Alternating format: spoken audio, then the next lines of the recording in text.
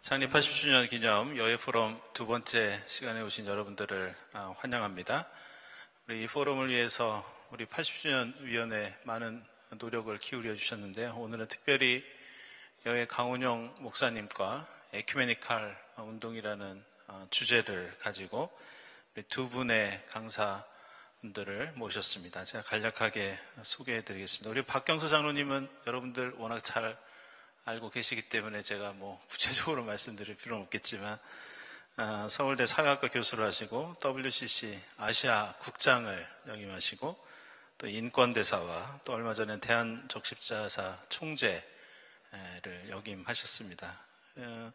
우리 박경수 장로님 한 30분 정도 말씀해 주시고 또 이어서 우리 배현주 교수님 나오셔서 말씀해 주실 텐데요. 우리 배현주 교수님은 신학자십니다. 네, 부산장신대에서 오랫동안 교수 생활하셨고 또 WCC 기후정의 지속가능발전위원회 이쪽에서 속해 계시고 또 예전에 WCC 중앙실행위원을 역임하시는 지금 어떻게 보면 에큐메니칼 운동 이 분야에서 가장 활발하게 또 활동하고 계시고 또 우리 교회와 인연이 깊은 게 WCC 부산대회 때도 또 많은 일을 하셨던 그런 분이십니다. 그래서 박경서 장로님 나오셔서 또 말씀해 주시고 이어서 배현주 교수님 말씀해 주시고 또 그리고 제가 몇 가지 질문 드리는 대담 형태로 그렇게 진행되도록 하겠습니다.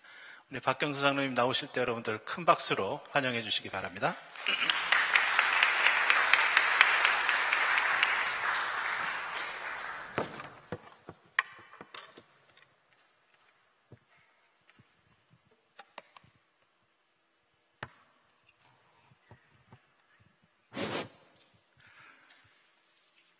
제가 이 대학생 때부터서 경동교회를 쭉 다녔습니다.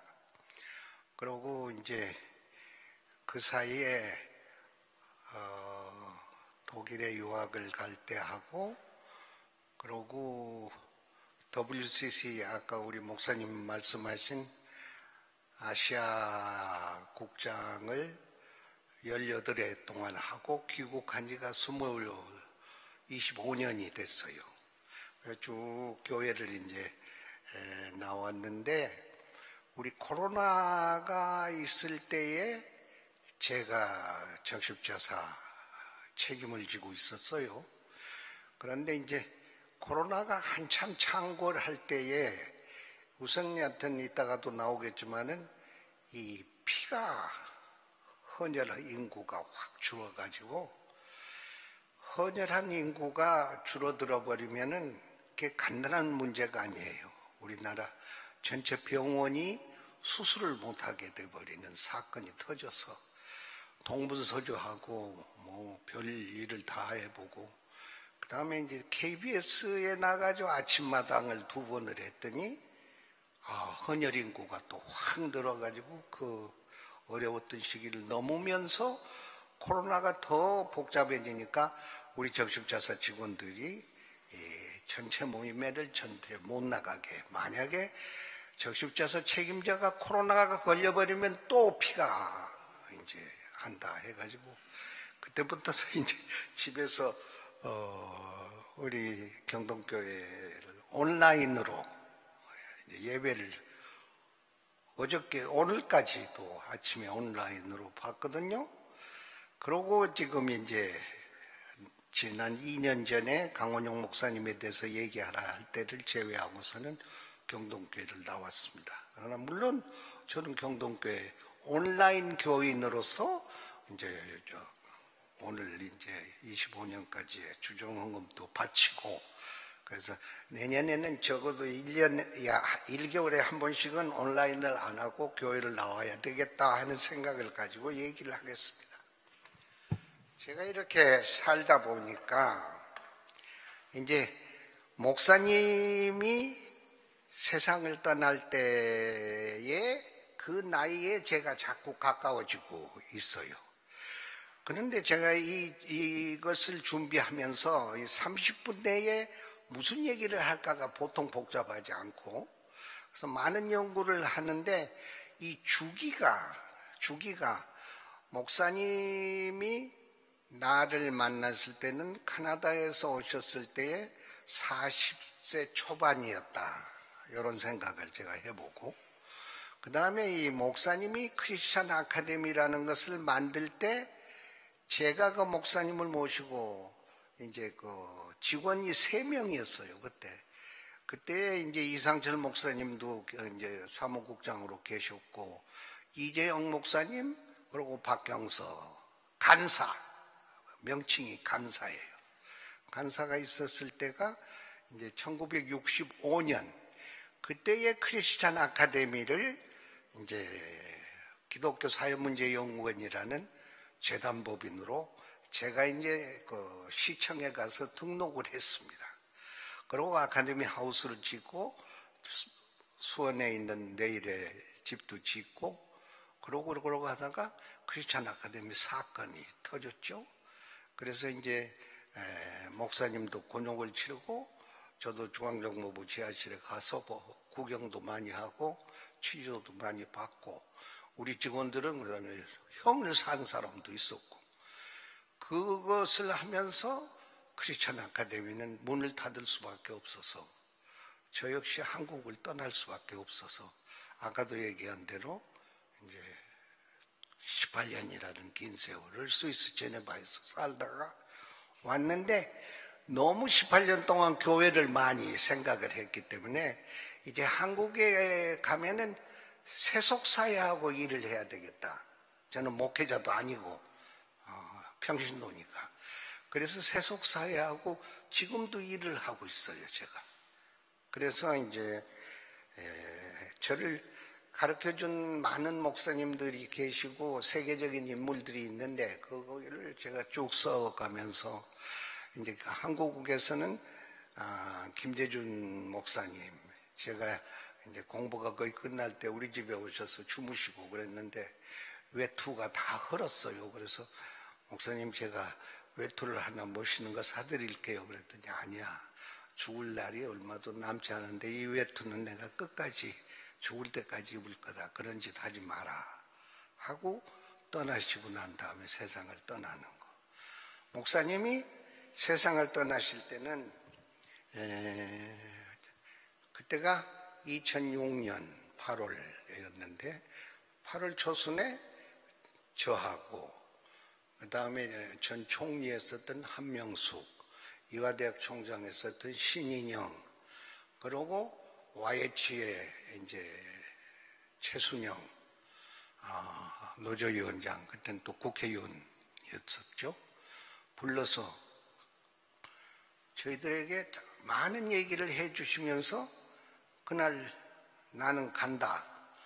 그러고 차를 타시고 이 양반이 떠나시는데 유리창을 이렇게 쫙 내리시더니 내가 한 얘기들 다 기억하지? 네. 그러고 떠나셨는데 우리들 넷이서 떠나신 다음에 목사님이 유리창을 내리고 빠이빠이를 하는 걸 우리가 처음 봤다. 근데 그거 하고 일주일 후에 세상을 떠나셔요.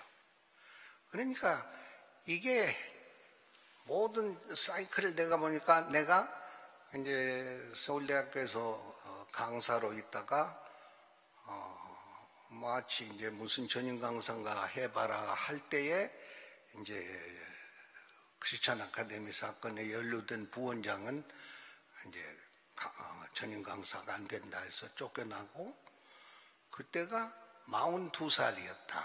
목사님이 이제 미국에서 오셔가지고 경독교회를 하고 크리스천 아카데미를 만들어 가실 때 나이가 이제 그렇게 되는데, 그거 끝나고 이제 올 때에 제가 귀국한 지가 25년 돼서 여러 가지 봉사를 하는데, 그때 이렇게 하고 목사님이 89세에 떠났는데 나는 현재 만으로 86세가 되니까 이제 가까워진다, 이런 생각입니다.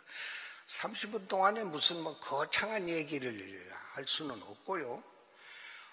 목사님의 삶의 철학이 뭘까?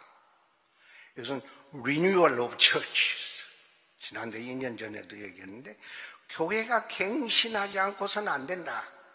그래서 교회가 갱신을 하는 이유는 천당에 가가지고 내가 하나님 옆에서 즐거움을 누리는 거가 아니라 이 세상 속에서 부정과 부패가 없는 그런 나라를 만들기 위해서 교회는 있어야 되니까 교회의 갱신이라는 게 굉장히 중요하다. 그래서 크리스천 아카데미가 지금 현재 60주년이 딱 됐습니다만은 그 우리들이 교육생이 늘 불렀던 노래가 내일을 위한 노래, 이것을 강원종 목사님이 작사 작곡을 했어요. 그래서 하나님 모습대로 창조된 우리 누구나 사람답게 살도록 하자.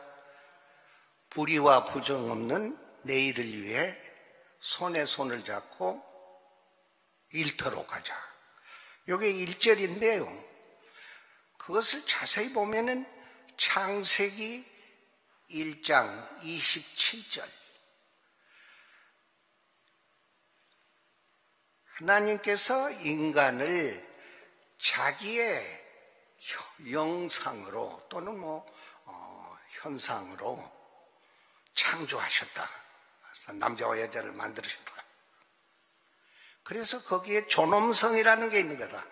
하나님하고 똑같이 인간을 만들어 놨으니 인간 모두에게는 존엄성이 있다. 요게 서구에서 얘기하는 1215년의 마그나 카타, 즉 인권의 초창기에 영국 사람들이 인권을 만들 때 창세기 1장 27절, 인간은 하나님의 형상으로 만들어진 God's image created, 이렇게 돼 있어요.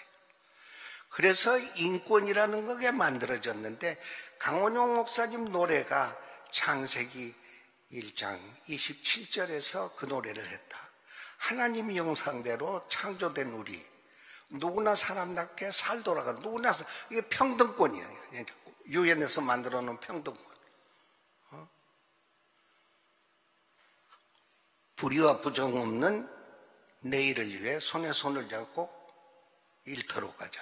이 공동체 정신, 그 다음에 사회권, 자유권, 이 모든 거가 뭉쳐져 있는 노래가 이거다. 이것이 1948년 유엔이 제2차 파리 총회에서 루스벨트 대통령의 부인 엘나 루스벨트 여사가 만들어 온 세계 인권 선언이다. 세계 인권 선언을 읽어보시면은 1. 전문과 1장에서부터 30절까지 있다. 2조에서부터 22조까지는 자유권이고 23조부터서 또는 22조부터서 27조까지는 사회권이다. 어떻게 살아가는 거냐. 그 다음에 마지막에는 공동체의 권리, 이런 것들이 있는데 그 노래의 가사 속에 이런 게 있었다 하는 게 첫째고요. 둘째 번인 강원용 목사님은 Between and Beyond라는 얘기를 많이 썼어요. 사이에 서서 제3의 길을 갈 줄 아는 사람이 돼야 된다. 어느 나라든지 진보와 보수는 있기 마련이다. 교회도 제사장적인 직분과 그 다음에 예언자적인 직분이 둘 다 있는 거다. 이 두 개가 같이 교회를 가야 된다. 상황에 따라서는 예언자적인 직분이 더 중요할 수도 있고, 사회가 안정이 되고 민주주의나 자유나 그 다음에 사회권이나 아까 얘기한 지금은 이제 21세기의 인권 중에서 기후권이라는 게 나타나는 환경권이죠. 그 다음에 너무 국가와 국가 사이에 차이가 많이 나면 이것을 어떻게 하면 균형을 잡히게 하냐. 한 국가에서도 너무 양극화 현상이 많이 나니까 이건 안 되지 않겠느냐 해가지고 사회권이라는 게 나왔고 발전권이라는 게 나왔다. 이 모든 거가 인간의 형상으로 만들어져 있으니까 인간화를 하고 양극화를 없애서 평등하게 사회를 만들어보자 하는 것들이 교회의 역할이다. 이런 거예요. 목사님이 이것이 넘어갔어야 되는데 요게 이제 집에 가서 한번 읽어보셔요. 이런 거 읽고 있으면 이제 정신 나가니까 이런 것으로 해서요. 목사님이 우리를 가르쳤다. 57년, 58년도에 유학 생활을 마치시고 저 경독교에 와서 이건 옛날 교회하고 틀려서 새로 지은 거 아니겠습니까? 여기에 말도 못하게 대학생들, 박경서도, 여기 이영일 집사님 안 오셨어요? 이영일, 저기, 심재식, 저기, 장로님이세요? 집사님이세요? 집사님. 이제 그런 거예요. 대학생들이 말도 못하게 강원용 목사님 설교 들어왔어요. 그때의 강원용 목사님의 설교의 한마디 한마디는 이미 한 10년이나 20년 후에 그런 사회가 오는 것을 예언을 하시나, 예언. 그래서 이분이 보통 대학생들에게 인기가 있었던 건 아니라 말도 못한다, 인기가. WCC에 이제 우리 배현주 교수께서 와가지고 이제 WCC 얘기를 잘 해주시겠지만은 이 WCC의 이 목사님께서는 중앙위원과 그 다음에 실행위원을 하셨어요. 그때 제가 WCC에 부임을 해가지고 목사님을 어쩔 때는 영어를 이 양반이 하시는데 나는 우리나라 말이 있는데 왜 영어를 여기서 하라 그러느냐. 아무리 WCC에 공용어가 5가지가 있어도 나는 우리나라 말을 해야 된다. 박경서가 여기서 통역해라. 그러면 제가 통역을 해요. 그러면은요, 이 통역을 하면은 사람들을 보면은 아, 당신이 영어 하는 것보다 한국말을 우리들이 알아듣겠다. 무슨 말인지. WCC는 서양에서 탈피해야 된다. 요 얘기야, 중점이. 전 세계 인구가 많은데 서양이 우리를 식민지화했던 시대는 이미 떠났단 말이야. 그러니까 교회 갱신을 하려면 너희들 아프리카, 아시아, 남미에 와서 가난한 내 나라들에 와서 배워라. 요것을 양반이 얘기하는 거예요. 그러니까 강 목사님의 너희들은 cross your own border, 너희들 마음속에 있는 경계를 허물을 때 자유인이 되는 거다. 경계를 허물어라. 그 다음에 너희들은 between and beyond를 할 줄 알아야 돼요. 남녀 물론 구분이 돼야 되지만 남녀는 같이 가야 된다. 여성이 왜 이렇게 권리가 없냐? 사이에 서서 여성의 권리를 올려라. 그 다음에 할아버지와 손자 사이에 갭이 너무 많으니까 그것을 하기 위해서 너희들 가운데 서라. 비트윈 해라. 어느 나라든지 진보와 보수가 있기 마련인데 그 가운데 서라. 참 오해를 많이 받죠. 그렇게 되면 전 기회주의자다. 이쪽도 아니고 저쪽도 아니고 그건 뭐야. 그런데 이 둘을 합해서 제3의 길을 가는 거라. 이 김재준 박사님, 강원용 목사님의 생각이에요. 두 박사님이 그런 신학적인 비전을 가지고 목회를 했다 하는 생각을 제가 하는 겁니다. 이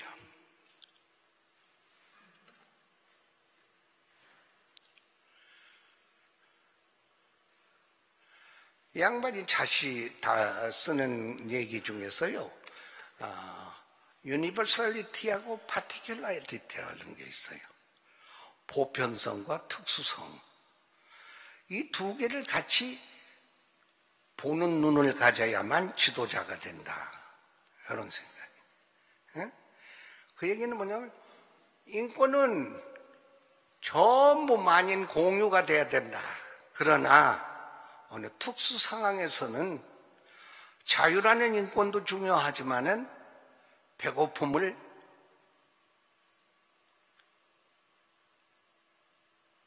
오버컴 할 수 있도록 밥을 먹여주는 것도 인권이어야 된다.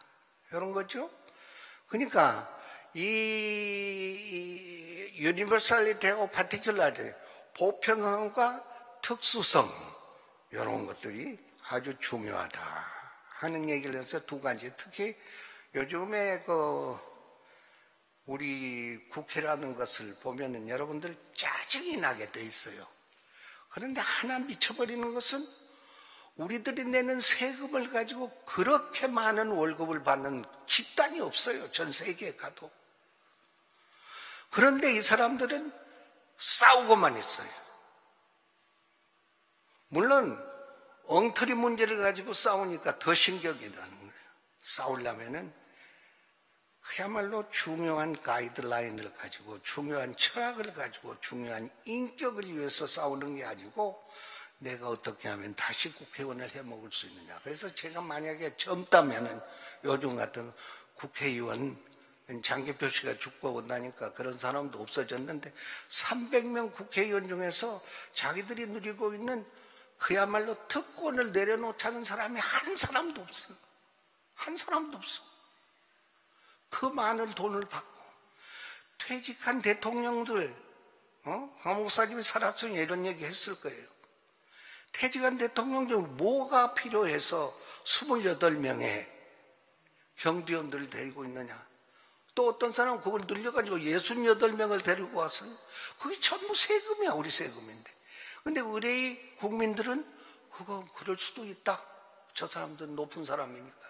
이렇게 스포일을 시켰기 때문에 이 문제를 우리들이 절대 고쳐야 된다 하는 게 강 목사님 계셔서 매일 설교에서 얘기하셨을 거예요. 둘째 번째는 제가 명동 근방에서 지금 살고 소곡로에서 살고 있는데요. 명동에 가보세요. 명동 입구에서 찬송가 소리 때문에 모든 관광객들이 아주 식상해요. 제가 경찰청에 인권위원장을 하고 경찰청 개혁위원장도 하고 했는데 거기에 보면 0.07데시리터 이상의 소리는 못하게 돼 있는데 전부 그걸 높여가지고 하고 있다. 그 다음에 웬 시내에 그 아름다운 간판들을 다 가리는 현수막이 온 현판 다 있어요. 대법원에 앞에 가면은 무슨 화환이 그렇게 많고, 이런 것들을 국회에서 고치도록 해야 돼요. 그게 우리들 생활을 건전하게 만드는 거예요. 그것은 안 하고 싸워 있는 게 참 신경이 난다. 목사님이 계셨으면 이런 얘기를 했을 거다. 제가 30분에 딱 있는데 앞으로 10분에 끝내야 돼요. 그거 이제 그렇게 알고 있어요. 제가 배운 거, 목사님에게서 배운 거 그 정도 얘기하고, 제가 이제 살아가면서 뭘 했냐면은 인권 대사를 7년을 했어요. 김대중 대통령의 임명을 받고 2년 동안 그분하고 하고 거의 5년을 노무현 대통령하고 인권 대사를 했는데, 인권 대사 임명을 받고 바로 그 다음 날 지리산 콘도에 가서 한센병 총회에 가서 대한민국 초대 인권대사가 연설을 하게 됐어요. 여러분들 한센병을 제가 이제 영화에서나 봤는데 직접 뵈면요 전부 이 얼굴이 한 군데가 없다든지 얼고 있다든지 손이 이렇게 돼 있다든지 상처가 많으셔요, 그분들이. 근데 한센병의 총회에서 저도 얘기를 하라고 그래서 제가 이제 얘기를 잘 해드렸어요.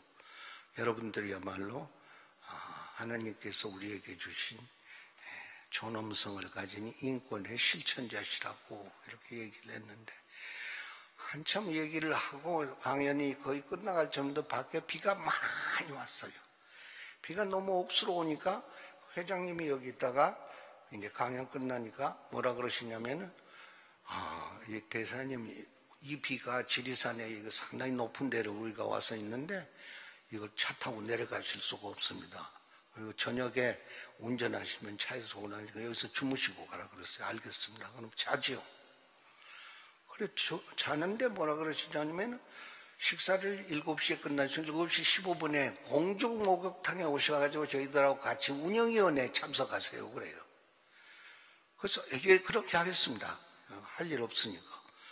그래가지고 이제 식사들 같이 이제 하고, 그리고 공중 목욕탕, 아이고, 이분들하고 목욕을 같이 한다. 이게 좀 확 왔어요.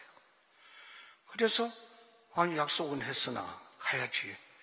그래가지고 이제 옷을 다 벗고 어떻게 탕으로 들어왔는데, 근데 그분들 12사람이 전부 와서 앉아 계셔요. 어서 들어오시라고요. 그랬는데 옷을 다 벗고 목욕탕에 탁 들어가는 순간에 내가 우려했던 생각들이 없어져 버렸어요. 그러고서는 그분들하고 운영위원회를 한 30분 탕에서 같이 하시고, 그 다음날 아침 식사를 하는 아침 식사장인데, 자기들이 밥도 푸고 김치도 푸고 막 그래서, 아이고 그럼 나는 이제 식사 끝난 다음에 과일을 좀 깎겠습니다. 그래서 사과를 제가 깎았어요. 그러고 이제 식사를 같이 했는데, 이렇게 했는데 비벼 잡수실래요? 그래서 내가, 아니 그거 비빈 걸 저를 주시고 제 것을 비벼서 잡수세요. 그랬어요. 나도 모르게. 그래서 이제 비벼 다 먹었어요. 그때 이거 부회장이라는 사람이 인권대사가 어머니하고 갔네. 그래서 내가, 어머니 누구세요? 유경수 여사예요. 그래요. 어머니가 저희들하고 같이 밥 먹을 때 직접 비벼가지고 같이 먹는데, 인권대사라는 분이 딱 그거 하시네. 내년도에 또 오세요. 그래가지고 인권대사 하는 동안 7년 동안 3번 그분들하고 갔어요. 근데 뭐라 그러냐면, 어머니가 우리들을 이 얽어버리고 손에 투정 있는 이 모든 것을 이기시고 우리하고 똑같이 사랑을 하셔서 여러분들이 재활할 수 있는 땅을 소속 경상도 전국에다가 다 땅을 주셔가지고 우리들이 했는데, 그 땅이 100배로 뛰어가지고 우리들이 전부 부자가 돼버렸습니다. 그런 얘기를 들었어요. 그 다음에 제가 아까 혈액 얘기를 하는데, 통일부 정책위원회 위원장을 하는데 45명이 모여가지고 위원장이 이제 모두 발언하고, 제 모두 발언하면 장관이 하고 그러는데, 제가 이렇게 얘기하는데 이제 쌀을 얼마 주냐, 옥수를 얼마 주냐 이런 걸 다 하는데, 지금 인요한 박사라고 국회의원이 돼가지고 있는데, 순천에 내 아들 같은 친구가, 위원장님 제가 긴급 동의를 합니다. 아니 내가 그래서 일어서서, 아니 내 이 발언한 다음에 장관님 한 다음에 얘기를 하라고 그랬더니 안 됩니다. 지금 해야 됩니다. 그래서 내가 시켰어요. 여기에 복원이 들어가 있지 않지 않습니까? 복원. 쌀만 주고 옥수수만 준다는 얘기지 왜 복원이 안 들어있습니까? 왜 그게 들어가야 되느냐 하는데, 작년에 북한이 너무 추위가 없어서 북한에 있는 모든 웅댕이의 모기가 그대로 살아서 휴전선을 넘어와서 장병들을 3분의 1을 말라리아를 물어버렸는데, 헌혈 인구가 절반이 줄어가지고 제가 의사인데 병원에 수술 못하는 거 왜 통일부 정책위원회에서 그거 안 합니까? 요 왜? 그러니까 북한에서 모기가 와서 남한의 환자들의 대수술을 못하게 만들어버리는 게 남과 북의 관계예요. 남과 북의 관계. 전염병까지 적으로 몰 수는 없어. 독일은 통일이라는 것을 전혀 생각한 적이 없어. 느닷없이 하루아침에 통일이 된 거예요. 느닷없이. 적이면은 적, 그 다음에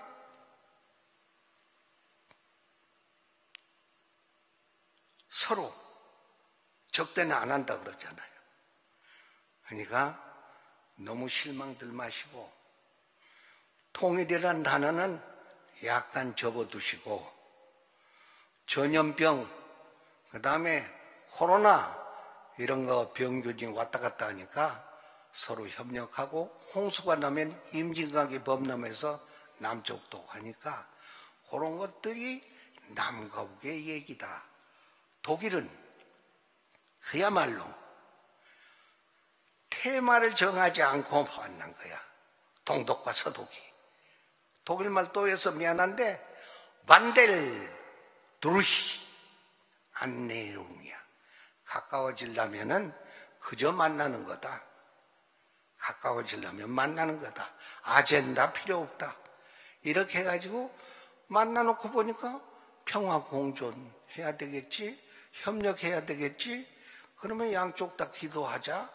기도하다 보니까 느닷없이 통일이 됐다. 이런 식의 얘기를 해야지. 너무나 언어가 이렇게 천박하게 된 나라가 없어요. 언어들이, 국회에서 쓰는 언어들, 이 언어들이 배운 사람들이 할 수 있어요? 도대체? 그 욕하고 소리 지르고 이런 것들을 고쳐야지. 80주년과 60주년 우리들 생각할 수 있는 겁니다. 이대로 하려다가 이대로 집에 가서 보시고, 제 책이 한 15권이 나왔는데 영어로 된 게 5권이고 10권이 약간 절판이 돼서 나오질 않고 있는데, 인터넷에 주문하면 평화를 위한 끝없는 도전이라는 것도 있고요. 그 다음에 엊그저께 아까 이명석 당회장님께 제가 드린 사람은 질문에서 시작된다 하는 중학생들 민주주의와 인권 교과서로 쓰는 책도 엊그저께 나와서 철판이 갔다가 전부 매진이 돼버렸다고 그래요. 신문에서 너무 선전을 해가지고. 그러니까 그런 것도 한번 보시고, 이것이 설명이 잘 안 되는 그 책 속에서 읽어보시길 바랍니다.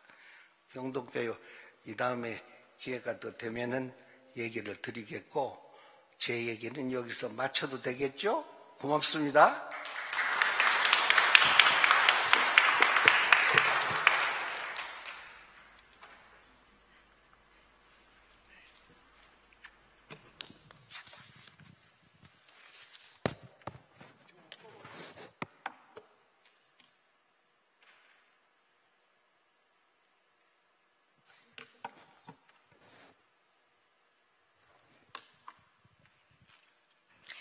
만나 뵙게 돼서 반갑습니다. 이 뜻깊은 자리에 불러주셔서 감사드립니다.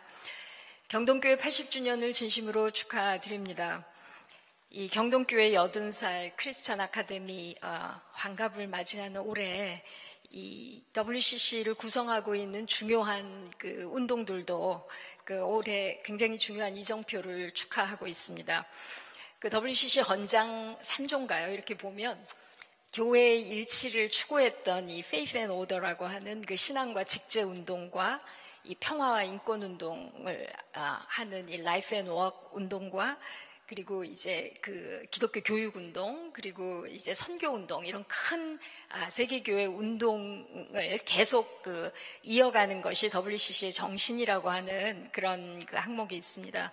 근데 올해 지금 신앙과 직제에서 1700주년이 되는 최초의 에큐메니컬 공의회 325년 고대 교회에서 했던 이제 그 니케아 1700주년을 기념하는 행사가 지금 10월 치앙마이에서 되고 있고요. 그리고 저는 한강 작가가 노벨 문학상 받았을 적에 생각이 났던 분이 그 노벨의 목사님이었고, 노벨의 그 장례식을 하셨던 그 제더블룸 스웨덴 교회 대주교가 생각이 났는데, 그분이 시작하신 라이프 앤 워크도 1925년 스톡홀름에서 시작을 해서 올해 100주년 그 기념하는 행사를 했습니다. 이 올해로 140살이 된 한국교회를 이 2000년 나이 먹은 그 세계교회와의 상호작용과 분리해서 생각할 수가 없을 텐데요.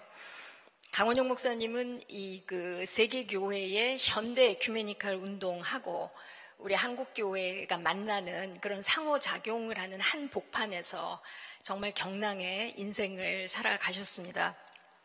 그 어마어마한 시대적인 과제와 그 영감을 온 몸으로 흡수하시고 또 그 도전에 응답하시면서 살아가셨습니다. 우리 박경서 박사님은 청년 시절부터 이 강 목사님을 아시고 온 몸으로 추억이 정말 많으신 이제 어른이신데요. 저는 그런 행운이 전혀 없었던 사람이고 제자의 제자 세대에 속한 사람이고 그냥 강 목사님을 멀리서 존경하던 그런 신학도였습니다. 그래서 저는 이제 강 목사님에 대한 말씀을 많은 어른들에게서 이제 당연히 듣게 되고 이번에 임 목사님이 저를 불러주셔서 한 10권 강 목사님에 관한 책을 남기신 자서전도 읽고 강대인 원장님 저한테 선물해 주셨던 책들도 읽고 이제 그렇게 굉장히 좋은 시간을 저 나름대로 보냈습니다. 제가 부산총회부터 칼주르의 총회까지 중앙위원 실행위원으로 이제 일을 하다 보니까 강 목사님 남기신 전기를 보면서 그냥 저도 모르게 그 기간에 대해서는 강 목사님과 대화를 하는 저 자신을 발견을 했어요. 이 종교개혁 450주년에 이 동독서독이 아직 통일되기 전이라 67년이라 동독에 못 가시고 또 아마 한국 정부 비자 때문에 그러셨던 생각도 들어요. 그래서 이제 서독에서 450주년 그 종교개혁 예배를 드리셨다고 그래서 목사님 저 500주년 맞이할 적에 비텐베르그 동독에 있는 비텐베르그도 가고 라이프치히에서도 우리 세계교회 회의를 했습니다. 그런 말씀도 드리게 되고요.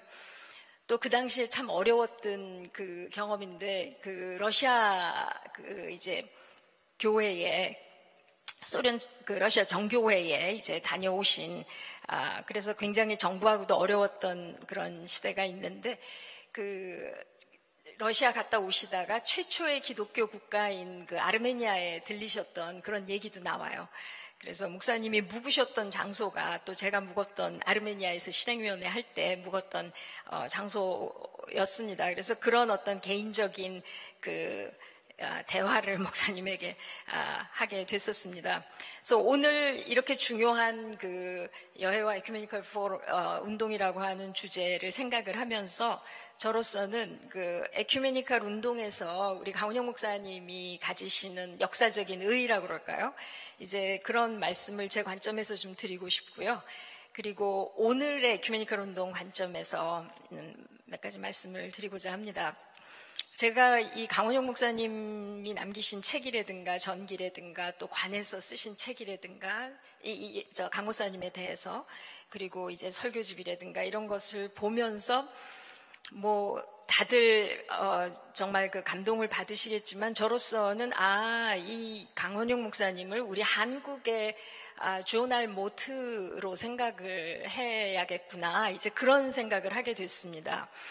존 알 모트는 1865년에 태어나신 분으로 이 세계 기독학생 운동, WSSF, 또 세계 YMCA 운동, 그리고 세계 선교 운동을 이끄신 선구자고요.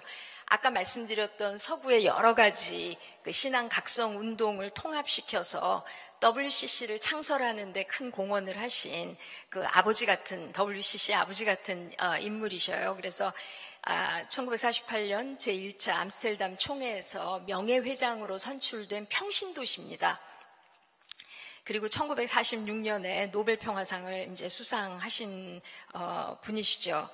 근데 참 놀라운 것은 제가 지금 작은 연구원 원장을 하고 있는데 우리 총무가 이제 중국 선교도 하고 했던 젊은 목사인데 이 복음주의권 선교 일을 하다가 이제 에큐메니칼 일을 하고 칼주르의 총회도 가고 그랬어요. 근데 하는 얘기가 지금 복음주의 선교권에서는 아직도 존 알 모트 얘기를 굉장히 많이 한다는 거예요. 근데 에큐메니칼 진영에서 존 알 모트 얘기하는 거를 들어보지를 못했다고 이제 그런 이야기를 하면서 제가 작년에 지금 YMCA 전국연맹 목적과 사업위원장을 맡아서 110주년 비전선언문을 위원들하고 같이 작성을 했습니다. 그래서 이런 어떤 세계적인 에큐메니칼 운동의 구루터기 정신을 다시 리바이벌하고 기억하려면 이 존 알 모트 같은 어른을 다시 기억해야 된다는 그런 문제의식을 가지고 있었는데 이번에 강원영 목사님에 대해서 많이 생각을 하다가 보니까 정말 한국의 존 알 모트 같으시다 이제 그런 생각을 하게 됐습니다. 우리 강 목사님을 한국이 낳은 세계적인 종교 지도자고 기독교 사회운동의 선구자 이런 표현들을 하시는데요. 이 두 범주의 토대에 놓여 있는 것이 세계교회 에큐메니칼 운동입니다. 그래서 이 강 목사님 인생과 에큐메니칼 운동이라고 하는 이 무게와 부피를 생각해 보다가 저 나름대로 한국의 존 알모트 같으시다 그런 생각을 하게 됐습니다. 이 두 분의 전기를 비교해 보면 만나서 대화하신 적은 없으실 것 같아요. 그런데 1865년 우리나라 윤치호 선생하고 이제 그 나이가 같으신 분이시고 우리 강원영 목사님은 이제 1917년생이신데요. 근데 제가 보니까 물리적으로 같은 장소에 한 번 계셨던 것 같아요. 그게 이 강 목사님이 그 1차 WCC 총회 때부터 6차까지 1차에는 여기 우리 기독학생운동, 기독청년운동의 대표셨지만 나이가 31살이라 30살 규정 때문에 안 가셨다는 거예요. 근데 2차부터 6차까지 다 참여를 하셨던 어른이신데 이 1954년 에반스톤에서 열린 WCC 제2차 총회 때 카나다 유학을 마치시고 가가와 도요이코를 만나시려고 그 전에 일본에 계실 때 교분이 있으시고 굉장히 사랑하고 존경하던 이 빈민 목회 대부셨잖아요. 그래서 이 가가와 도요이코가 이 WCC 강사로 온다는 말씀도 듣고 또 우리 이제 기장에 아직 기장이 정식으로 가입하기 전인데 어쨌든 옵저버로 2차 그 에반스톤 총회 54년인데 그 참여를 하셨어요. 근데 존 알모트는 그때 89세인데 그 48년에 WCC 1차 총회 명예회장이셨기 때문에 2차 총회에 그 노구를 이끌고 그 회장석에 앉아 계셨을 겁니다. 그래서 이 두 분이 직접 대화하신 적은 없지만 대화는 안 하셨을 것 같아요 그때. 근데 이제 국적과 또 이 세대도 다르시고 또 존 알모트는 이 평신도 리더시고 우리 강 목사님은 목회자 리더셨고 이런 차이가 있지만 에큐메니칼 운동의 거인, 이 정말 자이언트라고 하는 점에서는 두 분에게 참 깊은 공통점이 있으시다 그런 생각을 하게 됩니다. 그래서 특징이 제가 한 5가지 생각을 해봤는데요.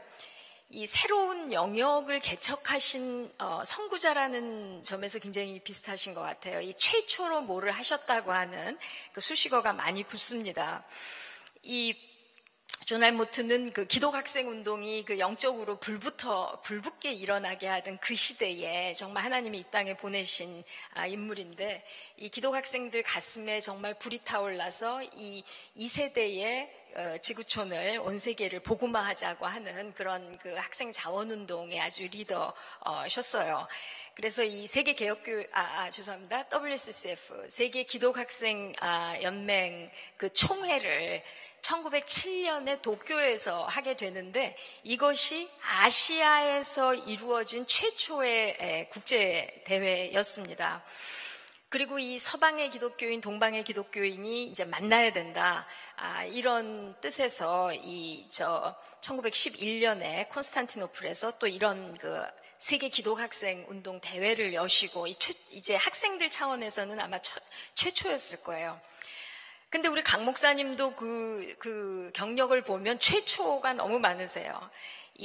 우리나라 최초로 타종교와의 대화를 크리스찬 아카데미에서 하셨고, 우리나라 최초로 한국과 독일의 민간대 교류를 할 때 KNCC 한독위원회 위원장, 초대위원장 하시고, 개신교 목사 최초로 명동성당 설교하시고, 또 아시아 기독교협의회 최초로 한국인 의장하시고, 이 4차 WCC 웁살라 총회 때 한국인 최초로 WCC 중앙위원 하시고 5차 WCC 나이로비 총회 때 한국분으로 최초로 실행위원 하시고 또 아시아 종교인 평화회의 회장직 하시고 사임하니까 또 명예회장 되시고 세계 종교인 평화회의 공동의장직 하시다 은퇴하니까 또 명예회장직 하시고 이런 분 다 우리 한국인으로 없던 새로운 경지를 개척하신 그 최초의 사건들입니다. 또 아시아 종교의 노벨 평화상이라고 하는 니와노 평화상도 받으셨고요. 한국 최초의 그 수상자셨습니다. 그래서 두 번째로 이 두 분이 이게 좀 적합한 표현일진 모르지만은 좀 더 멋진 표현을 제가 앞으로 찾고 싶은데요. 에큐메니칼 운동의 종합 선물 세트 같은 이제 분들이셨어요. 이 두 분 다. 이 세계 교회사를 제가 좀 과도 단순화의 위험이 있지만 간략하게 이제 말씀을 드리게 되면 이 예루살렘 우리 같은 초대교회 뿌리로 나오다가 천여 년 오다가 동방교회, 서방교회 1054년에 이렇게 나뉘고 그 다음에 서방교회에서 종교개혁 이후에 무수히 많은 개혁교회 애들이 나오지 않습니까? 이 가지가 많은 나무같이. 근데 이것이 한 분이신 하나님을 증거하는데 이 인류의 일치, 창조세계의 일치를 위해서 먼저 교회부터 일치하고 연합하는 모습을 보여야 되지 않겠느냐 하는 자각이 이 세계 선교운동에서도 일어나고 해서 이 나무를 조금 뉘어가지고요. 여러 이제 강물들이 그런 영적인 자각이 일어나는 그 운동들, 시냇물들이 이제 생겨나서 WCC로 이렇게 하나로 통합되는 그런 그림을 이제 그리게 되는데요. 아까도 말씀드렸지만은 모투는 이런 WCC 세계 에큐메니칼 운동을 구성하게 된 여러 그 운동들이 그 한 분의 인생 안에 다 수렴된 이제 그런 분입니다. 이 선교, 아까 말씀드린 그 신앙과 직제, 라이프 앤 워크, 이제 다 하셨는데요. 사실 이게 이 WCC 운동이 굉장히 불가능한 가능성이라고 저는 참 늘 생각하게 되는데 이 영적으로 자각된 복음주의적인 그 뜨거운 기독교인들이 있었어요. 그런데 1차 세계대전을 겪으면서 정말 너무나 화들짝 놀라게 된 겁니다. 그래서 이대로는 정말 안 된다 하는 이 기독교인들이 이제 교회가 하나 돼야 되고 그리고 세상을 평화와 인권을 위해서 일해야 되고 이러면서 Faith and Order, Life and Work 이런 운동들이 20년대, 30년대 막 선한 일들이 이루어지고 있는데 2차 대전이 터진 거예요. 그렇기 때문에 이 WCC 만들자고 하는 결정을 이런 운동가들과 교회 지도자들이 38년에 했는데 2차 세계대전이 일어났기 때문에 이 기구로 만들지를 못했습니다. 그래서 전쟁이 끝난 다음에 UN 창설되고 48년에 WCC를 만들게 됐는데 너무나 1, 2차 세계대전을 겪으면서 너무너무 놀란 거예요. 교회 지도자들이, 목회자, 평신도들이. 인류의 이 야수성과 이 죄성과 파괴성이라고 하는 것에 이것을 너무나 온몸으로 속속들이 느끼게 됐기 때문에 정말 이대로 넉넉히 관성대로 살아서는 큰일 난다고 하는 이제 그런 자각들을 너무나 하시게 됐던 겁니다. 그래서 이제 이런 운동을 했는데 이제 존 알모트는 그런 운동을 다 본인이 다 이끌고 참여하고 하셔서 WCC까지 하셨던 분이고요. 우리 강 목사님도 이제 그 Faith and Order와 Life and Work이 수렴이 돼가지고 48년, 54년 됐는데 그 나중에 두 가지 운동이 더 합류하게 되는 게 이런 세계 선교 운동, 그 기독교 교육 운동 이게 합류되는데 강 목사님은 그 연보를 뵈니까 이 WCC의 이런 운동이 공적으로 합류되기 전부터 그런 운동 회의에 다 참여하시고 했던 분들이세요. 그래서 대부분 보면 이 교회 일치 운동하는 분들은 거기에 속해 있고 지금도 한국에 지금 한국 그리스도인 그 신앙과 직제협의회가 생겨나 있습니다. 근데 그분들은 이렇게 핵없는 세상을 위한 그리스도인 모임이라든가 이런 라이프 앤 워크 쪽에 일에 잘 오시기가 쉽지가 않고 또 이런 활동을 하는 분들은 여기 가기가 쉽지가 않고 또 학교에서 가르치는 분들이 현장 운동에 나오기가 쉽지가 않고 이 여러 가지 또 선교 현장에 있는 분들하고 또 이 일하는 영역이 다 좀 다를 수가 있고 물론 연대해서 갑니다만 근데 이 존 알모트나 강 목사님을 뵈면 이런 WCC를 형성한 모든 운동에 다 몸을 던지셨던 이제 그런 분들이신 것을 볼 수가 있습니다. 그리고 세 번째로는 아주 전형적인 에큐메니컬 스테이츠먼이라는 생각이 들었어요. 우리 그 시대를 꿰뚫는 통찰력이 있는 교회와 사회의 리더셨는데요. 이 강 목사님도 이제 스테이츠먼과 폴리티시안을 구분하는 글을 쓰셨더라고요. 이 정치가, 이 민족과 다음 세대에 미칠 영향을 생각하는 정치가하고 나를 위해서 남 이용하는 정치꾼하고 이제 이거를 구분을 하셨는데 이 두 분 다 에큐메니컬 스테이츠먼 이런 인물들이신 것을 발견하게 됩니다. 두 분 다 너무나 역량이 크기 때문에 정치권이나 이 정부에서 탐내던 분들이에요. 존 알모트 같은 경우에는 1차 세계대전 당시에 윌슨 대통령 부탁으로 이 혁명이 일어난 러시아를 1917년에 방문하는 정부 외무단으로 러시아를 방문합니다. 우리 강 목사님 그 전기 읽어보면 뭐 그 전에부터 유명하셨지만 이 해방 공간에서 신탁통치 반대 서울 시민 권리대회 청년 대표로 강연하시고요. 이 기독 청년 운동의 리더셨는데 이런 그 시국계 이런 이제 청년 대표로 하시고 그 당시에 뭐 이승만, 김구, 김규식, 여운형 이런 정치가들에게 굉장히 그 탐을 내게 할 수밖에 탐을 내셨던 그런 청년 리더셨던 걸 볼 수가 있습니다. 그리고 이제 후반부에 정부의 통일 문제나 국정 문제 자문과 고문 역할을 하셨는데요. 두 분 모두 직업 정치인이 되려고 하지 않으시고 교회와 사회를 넘나들면서 이 사람의 정치가 아닌 하나님의 정치를 하려고 하셨던 지도 에큐메니칼 정치가 스테이츠먼들이셨습니다.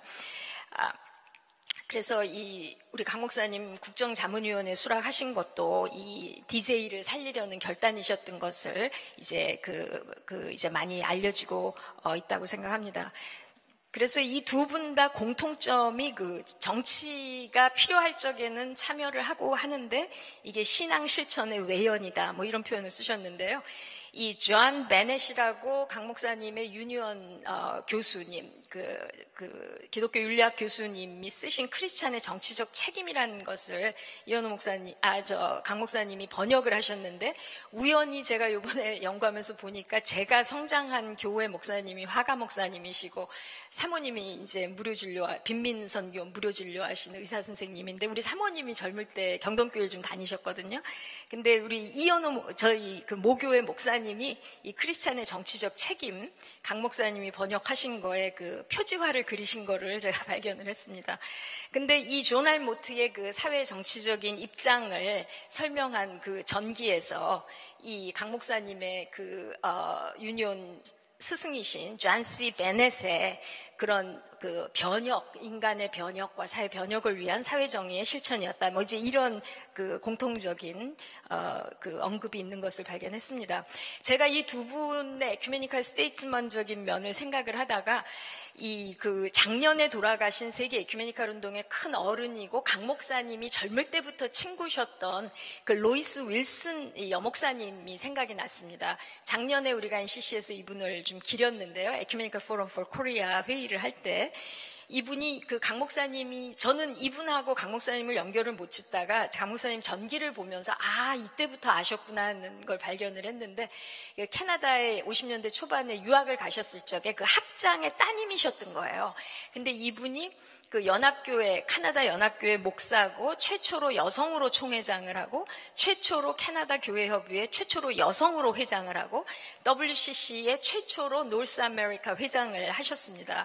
우리 강문규 선생님께서 최초로 아시아 회장을 하셨던 분인데 이분은 그때 최초로 북미의 여성회장을 하셨어요. 그리고 나서 이분이 캐나다 상원의원이 되셨는데 그때 2000년에 캐나다 국회의원들을 데리고 북한에 첫 공식 방문을 하셔서 2001년에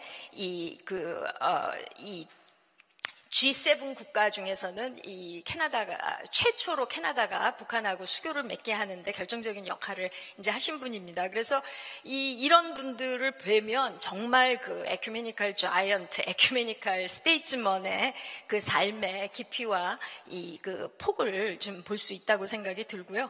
이 크리스찬 아카데미 양대 과제가 교회 갱신과 사회 개혁이라고 이제 늘 얘기를 하셨는데 목사님이 61년도 아시아에서 개최된 최초의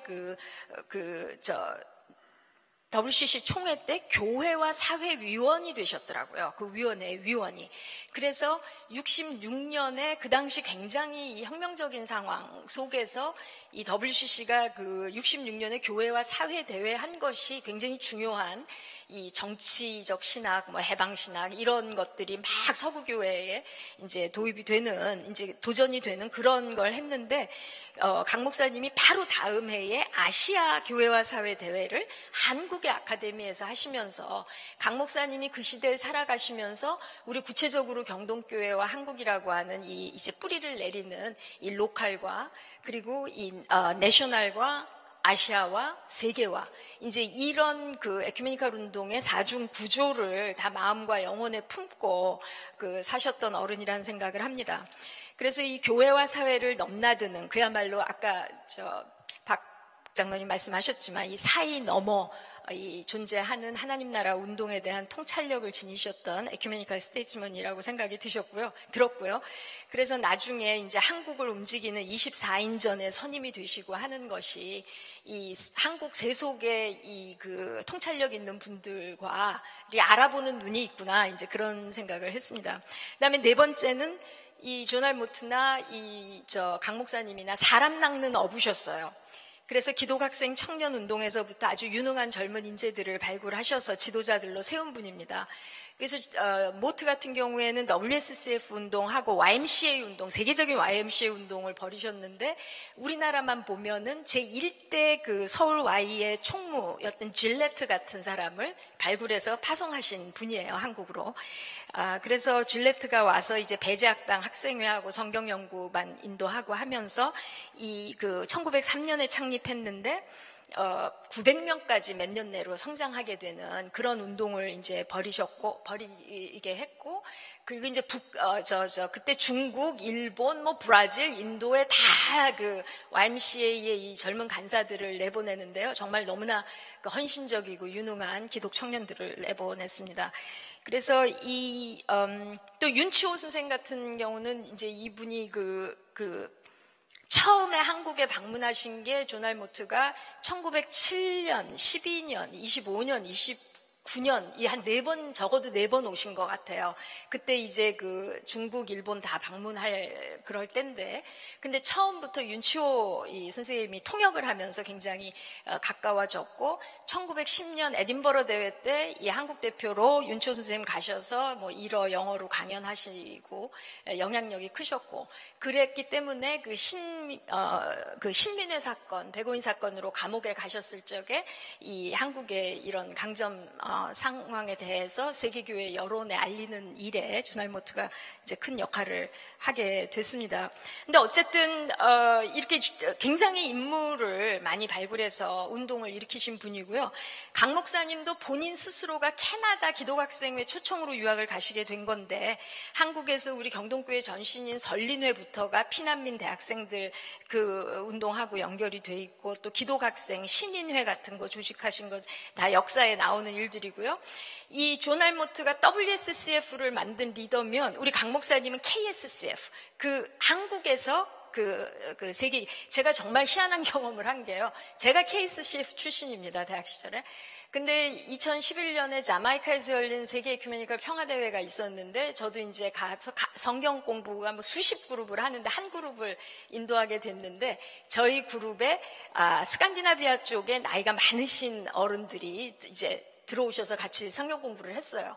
근데 자기소개를 하다가 제가 한국의 KSCF 이제 기독학생회 출신입니다 그랬더니, 그 스웨덴 할아버지, 노르웨이 할아버지들이 너무 반가워하시는 거예요. 본인들이 다 거기 스칸디나비아의 그 기독학생 출신이시라고 하고, 사실 이 WSCF가 이제 스웨덴에서 그 당시에 시작을 하고 했었습니다. 근데 어쨌든 강 목사님이 KSCF의 이 조직을 주도하시고 총무하시고 이사장 다 하셨고요. 아시아 혁명에 대한 기독교의 대응이라는 주제로 61년도 WSCF 주제 강연을 하셨어요. 그러니까 이 두 어른이 기독학생 운동이라고 하는 그 접점이 있으신 어른들이고요. 이 청년 여성 평신도 리더십에 대한 지대한 관심이 이제 많으시고, 그래서 여기 계신 박경서 박사님, 요번에 에큐메니컬 카라반 자서전 쓰신 이삼열 우리 대화문화 아카데미 이사장님, 다 정말 그 살아있는 사례들이시라고 생각이 듭니다. 또 그 이삼열 박사님 쓰신 에큐메니컬 카라반에 보면 우리 에큐메니컬 삼총사 얘기를 하시는데, 박상증 선생님, 오재식 선생님, 강문규 선생님 다 경동교회하고 이제 또 강 목사님하고 인연이 깊으신 그런 어른들이십니다.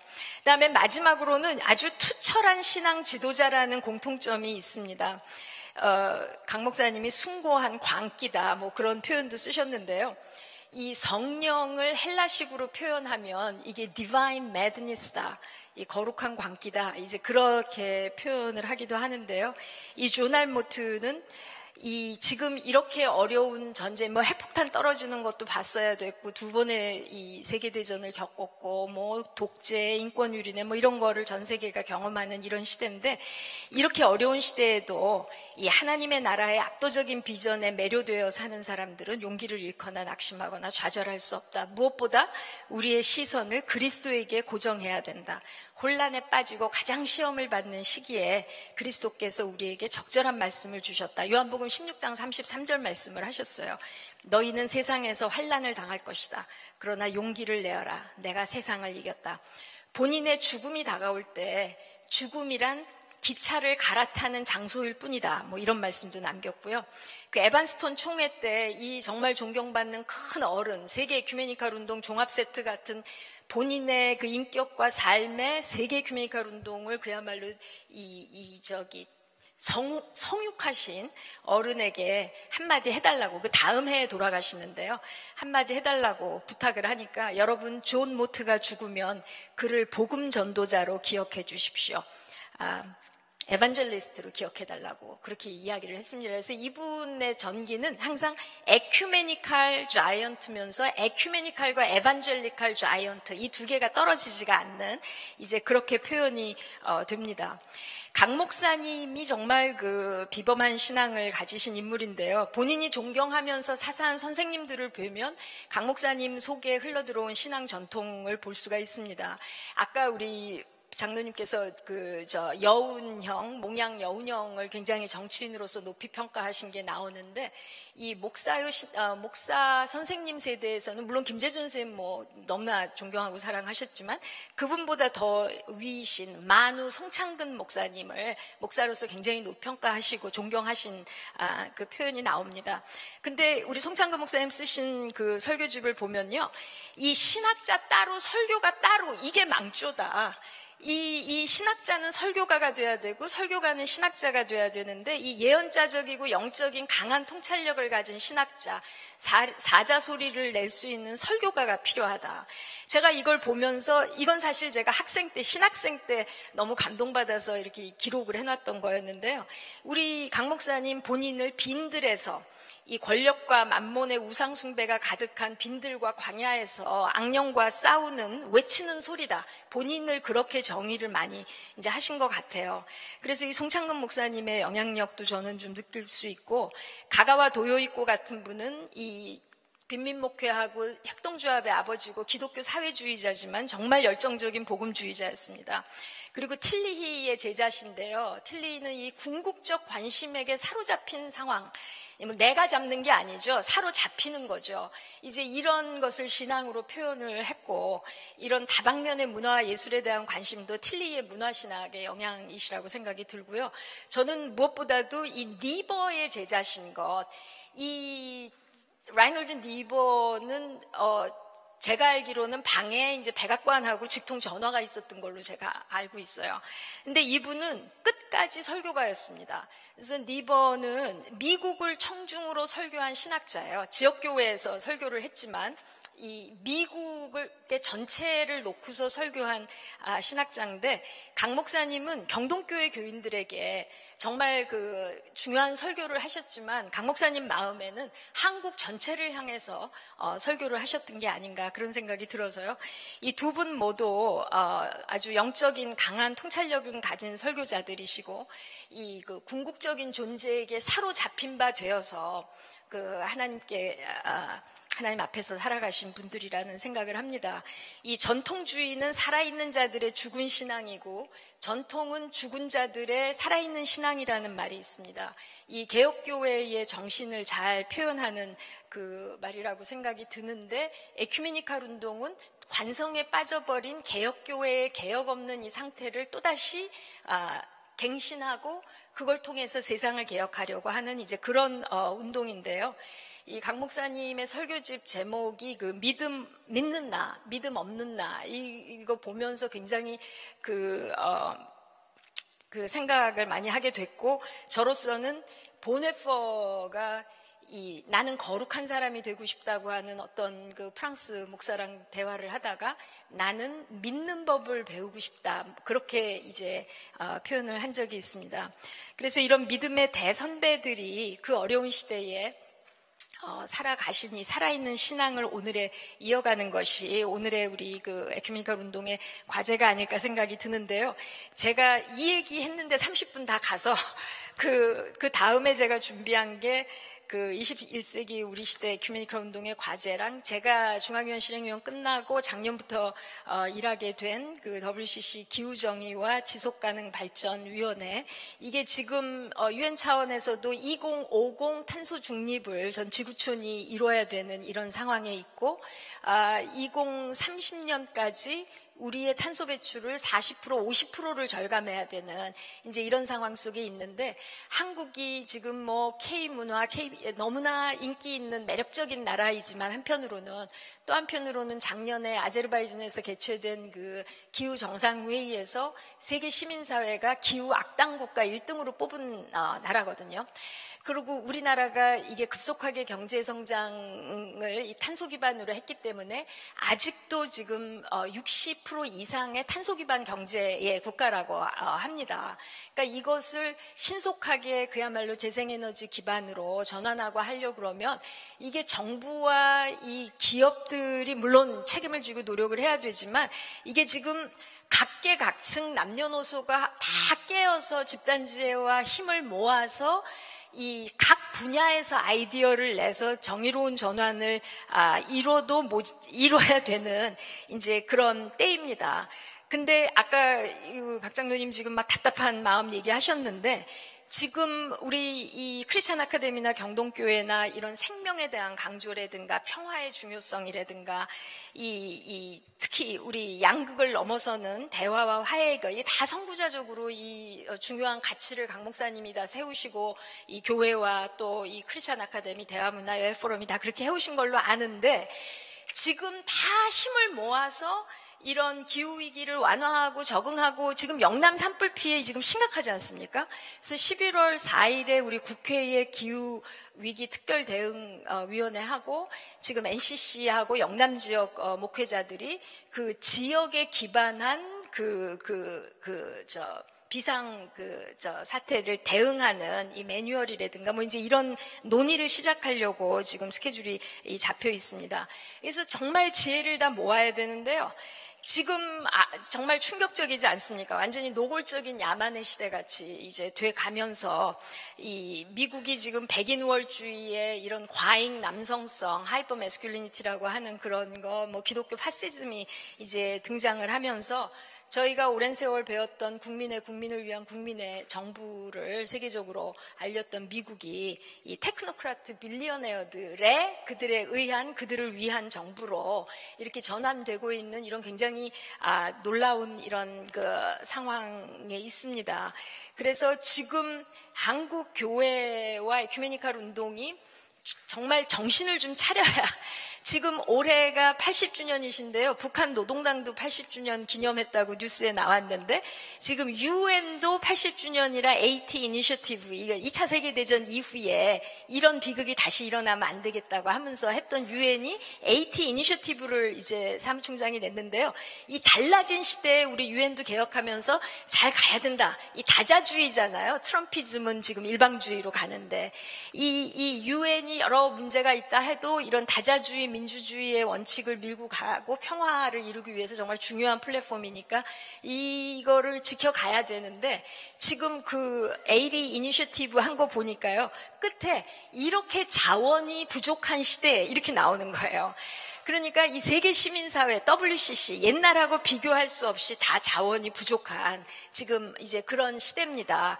그래서 이런 시대에 우리 한국이 정말 한국 교회와 이 사회가 어떻게 세계사적인 그 사명을 감당할 수 있을까 생각을 하는데요. 저는 이 강 목사님이 우리 민족의 역사적 사명에 대한 굉장히 깊은 확신이 있으신 그 모습을 여러 글에서 확인을 합니다. 그 설교집에서도 그렇고요. 우리의 끈질긴 생명력과 저력이 있는데 여기에 불을 지펴야 한다. 우리가 신바람을 일으켜야 돼서 21세기의 새로운 역사의 물줄기를 만드는 그 그 과제가 우리에게 주어졌다 이렇게 얘기하시면서 다음 세대 지도자들에 대한 관심이 참 많으시었습니다. 영이 있고 지혜가 있는 다음 세대 지도자들이 나왔으면 좋겠다 하는데요. 저는 요새 아이빌리그 얼마나 우리 참 칭찬하면서 왔어요. 근데 아이빌리그 배출된 사람들이 지금 이렇게 하고 있어요. 트럼프도 저 유펜의 워튼스쿨 출신이고요. 제 조카도 거기 출신인데 하여간에 그렇습니다. 그리고 조지 부시가 예일대 하버드 비즈니스 나오고 이런 분들이에요. 근데 강 목사님도 그 쓰셨어요. 이 악의 축 부시가 얘기하고 이래서 지금 평화를 거스르는 전쟁의 사상적 뿌리에는 이 독실한 개신교 신자인 부시 대통령과 그 측근들의 기독교 근본주의가 깔려 있다고 한 지적에 공감하는 이 강 목사님이 이제 하신 말씀이에요.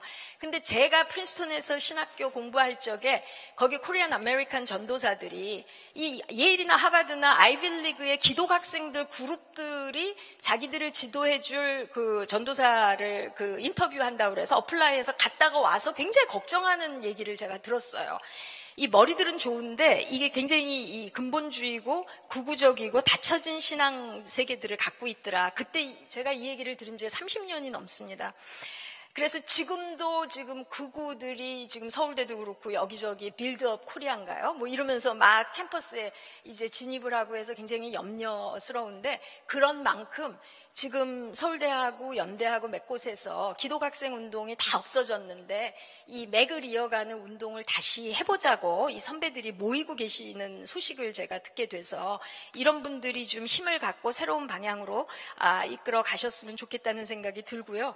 우리 청소년들 이제 한국인들만이 아니라 이제 한국인들 어른들도 마찬가지지만 우리 청년들 청소년들은 특별히 이 세계 시민, 지구 시민이라는 이 지구 시민으로서의 한국인 이런 넓은 정체성으로 살아가야 될 텐데 이 세계의 양심이 이 UN 앞에 이사야의 벽이 서 있습니다.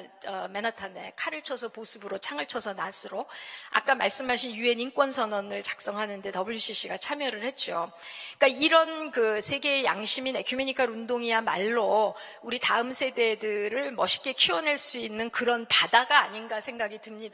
우리 강 목사님 호도 바다같이인데요. 그래서 이렇게 국내외 에큐메니컬 네트워크를 이런 교육의 장으로 생각하는 좀 발상의 전환이 필요하지 않나. 이거 에큐메니컬 포메이션이라고 하는데 다음 세대 인물들이 직접 만나고 참여하면서 배우면서 클 수 있는 그 교육의 바다로 이 국내외 에큐메니컬 장을 삼아야 되지 않나 하는 생각이 들고요. 하여간에 어쨌든 80주년을 맞이하는 경동교회, 저는 멀리서 경동교회를 생각하면 이 세계교회의 에큐메니컬 네트워크와 눈높이를 같이 하는 그런 에큐메니컬 운동의 DNA를 간직한 교회는 아마 경동교회밖에 없을 거예요. 그거는 정말 예외적인 유산이고 거룩한 부담이고 책임감이실 거라고 생각이 듭니다. 그래서 이 한국과 세계를 순환하는 에큐메니컬 운동의 맥을 이어가고 있는 굉장히 중요한 거점 교회라고 생각이 듭니다. 그래서 이제 저는 그렇게 늘 생각하고 머리로는 그랬다가 2022년 11차 총회를 준비하는 과정에서 도대체 젊은 친구들하고 이 그룹들을 끌고서 이 11차 총회랑 어떻게 에큐메니컬 네트워크를 해야 되는데 제가 물론 NCC의 내 회원교단들하고 공적으로 준비 모임 하는 거 발의해서 채택은 됐지만 그렇게 한다고 해도 청년들이랑 작은 교회들한테 이게 안 들어가거든요. 그래서 이 운동을 어떻게 해야 되나 고민하는데 우리 그 크리스찬 아카데미, 대한문화 아카데미에서 기꺼이 같이 이 11차 총회를 준비하신다고 결정을 해주셨고 또 그 출범 예배를 경동교회에서 여기서 우리가 드릴 수 있도록 허락해 주셔서 WCC의 기사로 나갔습니다. 여기서 우리가 11차 총회 준비하는 것이 나갔어요. 그래서 그때 제가 마음으로 느낀 게 강원영 목사님 유산이 살아있는 공간이 진짜 에큐메니컬 운동의 친정 같은 품이시구나. 그렇게 굉장히 감사하게 느꼈습니다. 그래서 모쪼록 진짜 제가 말이 너무 빨리 스타카토로 이렇게 됐습니다. 정말 경동교회에서 신앙생활 이 유산을 정말 중요하고 자랑스러운 신앙적 정신적 유산이 있는 교회신데요. 이 예배 신앙생활 하시면서 또 코이노니아를 나누시면서 기쁨이 늘 가득하시길 바라고요. 이 청소년들과 청년 세대들, 다음 미래 세대들을 좀 양육해 나가시는 그런 보람도 가득하신 그런 교회 생활 되시기를 바랍니다. 감사합니다.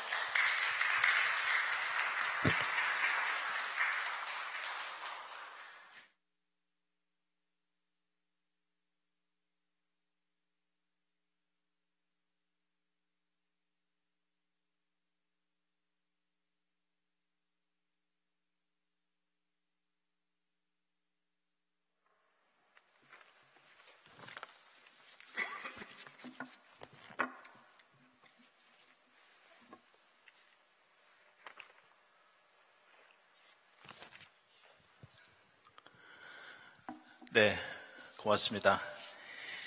시간이 좀 지나서요, 몇 가지 질문 드리면서 대담을 통해서 앞에서 말씀하셨던 걸 좀 부연 설명을 좀 듣고 또 몇 가지 질문을 좀 드리는 시간을 갖도록 하겠습니다.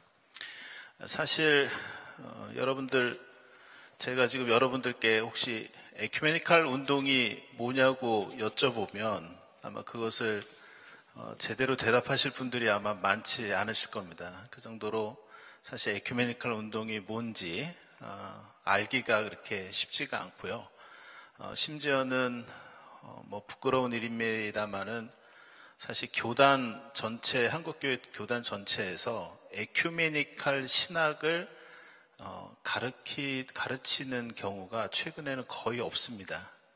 그리고 에큐메니칼 운동에 관여하는 그런 목회자나 활동가도 점점 줄고 있어서 지금은 대단히 좀 부족한 그런 상황인데요.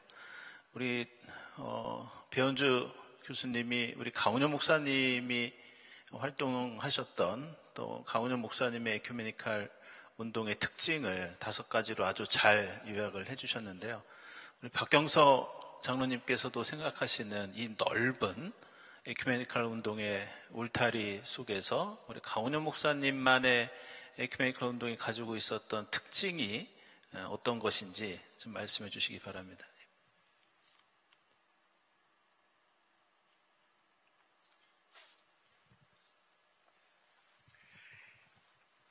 에큐메니칼 초교파 운동이다 이러지만요, 이 M.M. 토마스라고 인도의 유명한 신학자가 에큐메니칼 운동은 소수의 subversive, 그러니까 소수의 반란자들이 만든 거다 이런 거죠. 에큐메니칼 운동이라는 것은 예언자적인 활동을 교회가 하는 거예요. 그 얘기는 뭐냐면은 아까도 얘기했지만 내 속에 있는 경계선을 무너뜨려 버리는 거예요. 그러니까 한국 사람이면 한국의 울타리를 뛰어넘어 버리라.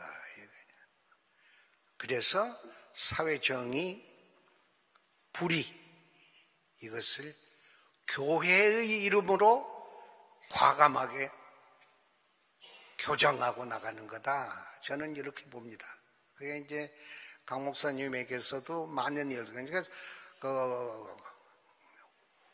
거의 웅변가를 능가한 분노에 찬 설교를 당시의 젊은이들이 와서 당신에게서밖에 들을 수가 없는 얘기이기 때문에 차고 넘쳤지 않겠습니까? 그러니까 교회가 에큐메니칼 운동을 한다 하면은 사회가 아직 전체가 거기에 눈을 두지 않는 곳을 파고들어야 되는 거예요. 오늘에 있어서의 젊은이들이 교회를 떠나는 이유는 교회가 할 수 있는 일을 교회가 안 하기 때문에 그렇다. 그건 뭐냐? 교회가 해야 될 일들이 있어요. 우리나라에 200만이 같이 우리하고 살고 우리가 하지 않는 일을 도와주는 사람들의 가정에서 태어난 애들이 있어요. 소위 마이그런트 워커스 또는 뭐 디아스포라가도 얘기하고, 그 다음에 한국의 그 메인스트림 주류를 들어가지 못하고 밖에서 외롭게 헤매는 다문화 가족의 애들, 그 다음에 여기에 노동자로 와가지고 여기서 태어난 애들, 이들이 갈 수 있는 데가 없어요. 지금 현재 교회가. 교회가 전부 기득권의 사람들이 앉아서 안주하는 교회로 이들에게는 비춰졌기 때문에 서양에서 특히 독일 같은 데서 빌레름 2세가 투르키아에서 120만의 소위 가스트아르바이터라 그랬죠. 손님으로 우리에게 노동자를 오세요 하는 게 120만이 100년 전에 와가지고, 이 사람들이 독일의 주류를 이루는 것은 독일의 교회들이 얘들을 완전히 껴안았기 때문에 그렇게 됐다. 우리나라 간호원 광부들이 67년부터 가가지고 거기에서 아무런 지장이 없이 살 수 있도록 만들어준 게 독일 사회였다. 그걸 우리는 아직 못하고 있지 않느냐. 한국의 여러 가지 이유 때문에 난민으로 온 사람들이 많아요. 지금 난민으로 와서 그 가족들이 지금 현재 헤매고 있잖아요. 그 다음에 한때는 말도 못했어요. 교회들이 탈북자들을 가서 껴안고 탈북자들하고 같이 울고 했는데, 지금은 탈북자들이 그렇게 많은데 우리 주 교회들이 탈북자들을 껴안는 사람들이 있느냐? 다 없어요. 그러니까 소외되고 목소리 없는 사람들에 대한 초점을 맞춰서 교회가 가면은 교회는 부흥한다. 왜냐하면 내 마음속에 있는 경계를 풀어내려면 진영 논리에서 탈피를 했을 때 에큐메니컬 운동은 다시 태어난다. 다시 태어나는 거다. 강원용 목사님은 당시에 군사 독재에서 영리하게 살아난 것 같지만 무지무지하게 고민을 하면서 그 목소리를 냈기 때문에 학생들이 왔다. 지금은 독재라는 게 사실상에서 없어졌어요. 사실상은 민주주의는 여러 가지 문제가 있지만은 그래도 정착이 돼 있어요. 우리가 70년대, 60년대 그 가난했던 배고픔도 상당히 해서 한국이 지금 현재 잘 살고 있잖아요. 이런 시대에 우리들 주위에 소외된 계층이 갈 수 있는 교회가 있느냐? 요 애들을 껴안고 미래를 만들어야 된다. 저는 그렇습니다. 한국 사람들이 대통령이 될 시대는 상당히 지나갔다. 이제는 다문화 가족의 애들이 대통령이 될 때가 곧 돌아온다. 그때 어떻게 할 거냐? 이런 것들이 있어요. 그러니까 제 생각에 에큐메니컬 운동의 초점까지 얘기를 했는데, 그래야만 한국의 울타리를 뛰어넘는 지도자들이 나올 수 있고, 그리고 내 마음속에는 경계선을 허물어버리는 사람들이 있어야 된다. 그게 교회에서 만들어갈 미래의 지도자들에 대해서, 여기에 우리 교회는 제가 잘 모르겠습니다만은 우리 교회는 젊은 교회냐, 안 그러면 가족 중심의 옛날 사람들이 그대로 있느냐에 문제가 있는 것 같아요.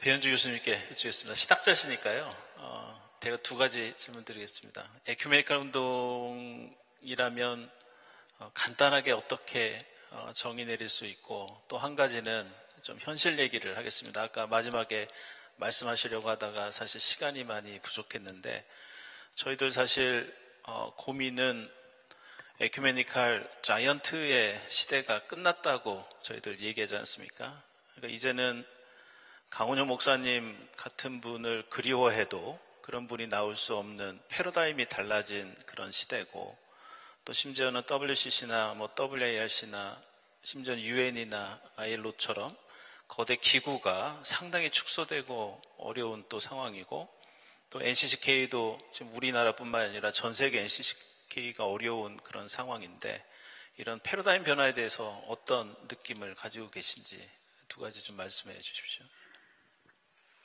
네, 감사합니다. 제가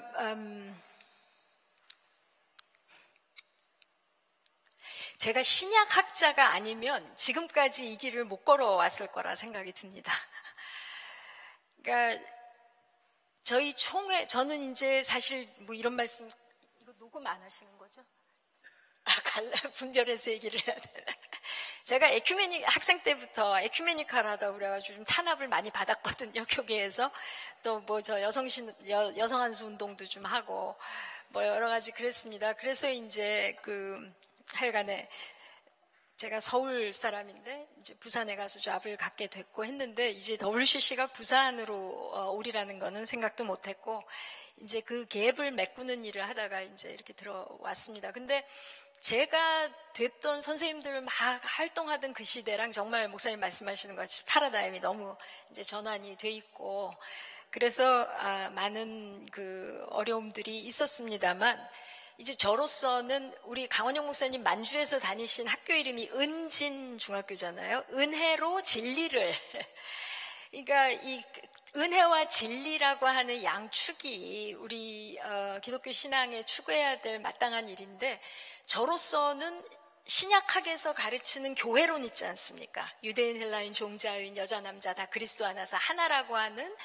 이 하나님을 믿게 되면 수직적인 관계만 열리는 게 아니라 수평적으로 지금 박 박사님 말씀하신 것 같이 이 세상적으로 다 벽을 세우고 차별을 많이 하지만 이 모든 차별이 그리스도 예수 안에서 극복이 되면서 분단의 벽들이 마음의 벽들이 무너지면서 다 우리가 하나님의 형상대로 창조된 고귀한 존재로 볼 수 있다고 하는 거 이제 그런 형상을 원죄로 잃어버렸다 해도 그리스도 안에서 우리가 그것을 회복하고 이 세상에서 불가능한 가능성을 교회 공동체가 살아내면서 인류의 불가능한 가능성의 공동체 이거를 만들어 가는 게 사실 이제 사회학적인 의미가 있는 거지 않습니까? 대한사회를 만들고 대한의 인류를 만들고 하는 이게 이제 교회가 가진 그 신약학적인 의미고 또 한 분 하나님, 한 분 성령, 한 분 믿음. 존 알모트가 에반스톤 총회 때 마지막 폐회 예배 때 찬송가를 부르는 게 우리 한국 찬송가의 600장, 교회의 참된 터는 The Church is One Foundation. 이제 그 찬송을 부르는데 이 어른께서 그 연세 높으신데 그냥 악보도 없는데 다 외워서 부르시더라는 거예요. 그러니까 교회의 터전이 예수 그리스도시고 한 분이시고 하나의 하나님, 하나의 믿음, 하나의 세례. 그렇기 때문에 우리 교리적으로는 하나의 거룩한 보편적 사도적 교회라는 이제 이번에 니케아 공의회에서 이제 그 얘기들을 할 텐데 이것이 굉장히 딱딱한 어떤 교리적인 차원 이걸 넘어서서 언젠가부터 교회가 이렇게 연합하고 되려고 하는 어마어마한 에너지가 나왔던 게 아까도 말씀드렸지만 그런 인간의 무질서, 전쟁, 파괴, 이 잔혹함, 악마성 이런 것들을 보면서 우리 교회가 다 따로따로 있다가는 완전히 이 악마적인 세력에게 이 싸움에 이길 수가 없겠다 하는 절박한 게 있었던 거거든요. 그러니까 1차 총무인 피서투프트가 회고록 하신 걸 보면 그때 무슨 팩스가 있었겠습니까? 지금같이 이렇게 왕래하는 게 쉬웠겠어요? 그런데 2차 세계대전이 끝나면서 WCC를 하자 그러면 지금 다들 전쟁 때문에 피해도 심하고 이거 옆에 대학하고 교류하는 것도 다 힘든 판에 나라가 다른 교회들이 하나 돼서 하자고 하는 이게 도대체 되겠냐 그런 의심이 있었다는 거예요. 근데 정말 하나님의 은혜고 또 이 세계 각처에 있는 교회들이 이 인류의 죄성과 악마성에 너무나 놀란 참여하는 그런 마음이었기 때문에 교회부터 하나가 돼야 된다고 하는 굉장히 시급하고 절박한 게 있었다고 하는 거예요. 지금 WCC 펀드며 뭐며 박 박사님 일하실 때는 그때는 아마 스텝이 한 300여 명 되지 않았습니까? 박 박사님이 굉장히 이게 전성시대 때 있으셨던 것 같아요. 지금 70여 명밖에 안 돼요. 3분의 1도 안 돼요. 예. 500이요? 하여간에 굉장히 많이 이렇게 줄고, 그렇게 됐는데, 지금 저희가 이제 들리는 얘기가 지금 서구교회의 지금 세대들이 본인들의 어른 세대들이 그 세계대전을 겪으면서 WCC를 만들어서 인류를 구원하는 풍파 속에서 그 로고가 그렇잖아요. 풍파를 십자가를 단 배를 타고서 항해하면서 인류를 구원하겠다고 하는 그 절박한 느낌을 상실한 세대가 지금 서구교회 리더들이라는 거예요. 그러니까 WCC 지금 자원 물적으로 서포트하는 것도 계속 줄이고 지금 하여간에 이제 그런 일들이 일어납니다. 근데 그동안 북반구, 남반구 사이에서 큰 이제 경험을 많이 했던 우리 한국 교회가 이런 상황 속에서 무슨 역할을 해야 되나 하는 건데, 제가 좀 서론이 길었습니다만 에큐메니칼 운동이 무엇이냐? 정말 예수님 가르쳐 주신 대로 하나님의 뜻이 이 땅 위에 이루어지도록 하는 그런 거고, 저로서는 이제 신약에 있는 교회론을 현대적으로 실현해 보려고 하는 이제 그런 운동이고, 나이로비 총회에서는 온전한 복음을, 전 복음을 전 세계에 이렇게 다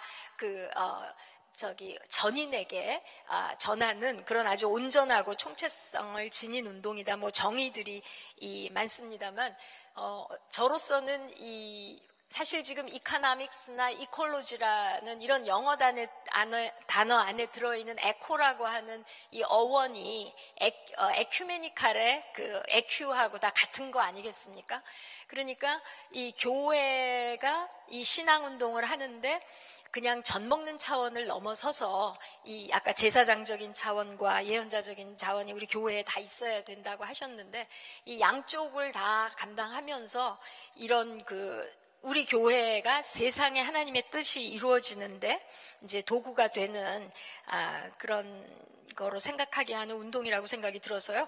저는 이게 지금 잘 되고 못 되고가 중요한 게 아니라, 제가 이 속에서 너무나 작은 역할이지만 우리 학생들과 다음 세대를 위해서 제가 뭘 해야 되나, 그게 저한테는 화두인 것 같아요. 왜냐하면 어디를 봐도 어렵잖아요. 근데 저는 신약학자로서 이걸 가르쳤거든요, 학생들한테. 그리고 제가 존경하고, 제가 보기에는 이게 진리의 길인 것 같아요. 그래서 이게 제도적으로 아무리 힘들고 지금 많이 어렵고 하더라도, 제가 사실 2019년에 교수직을 그만두게 된 배후에 야, 이거 에큐메니칼 운동 큰일 났다, 이런 저 나름대로의 그 절박함이 있었습니다. 그래서 어떻게 브리지 역할이라도 해보려고 이제 노력을 하면서 또 하나님이 주시는 많은 또 기쁨도 누리면서 이제 가고 있습니다. 그리고 달라진 패러다임, 굉장히 중요한 말씀 하셨는데요. 옛날에는 진짜 서구 2000년 크리스천덤이 20세기에 만들어낸 가장 중요한 유산이고 돌파구고, 이 WCC 위상이 이제 그랬고 세계 에큐메니칼 운동이 그랬는데요. 지금 서구가 이 포스트 크리스천덤이라고 그러지 않습니까? 이 정말 교회 다니는 교인들 수가 너무 줄고 여러 가지. 사실 서구가 아프리카랑 제3세계를 식민 지배했던 것에 그 결과를 치러내는 거 아닌가, 이제 그런 생각도 들게 되는데, 그 속에서 WCC가 지금 콘라드 라이저 총무 때부터 이런 거를 많이 정리를 하면서 이 옛날같이 모노센터드 되고 이렇게 버티컬한 관계가 아니라, 서구의 어떤 제네바라든가, 물론 지금 제네바는 여전히 중요한 장소입니다만, 가 아니라 이 각 전 세계 곳곳에서 에큐메니칼 DNA가 제대로 돼 있는 공동체들이 허브가 돼서 이 운동, 생명의 운동, 평화의 운동을 실현해내고 그 운동을 수평적으로 연결해서 지금 일을 해가야 될 그런 때라고 생각이 듭니다. 그래서 저는 지금 한국에서 허브를 하나 만들어내는 것이 다음 세대를 위해서 굉장히 중요한 일이고 어른들이 남겨주셔야 될 유산이 아닌가, 그런 생각이 듭니다. 네, 마지막 질문 하나씩 더 드리고 마치도록 하겠습니다. 우리 박경서 장로님, 사실 아까 배현주 교수님 말씀하신 것 중에 제가 좀 인상적이었던 게, 우리 강원영 목사님은 사람을 낚는 어부였다, 이런 표현이 있습니다.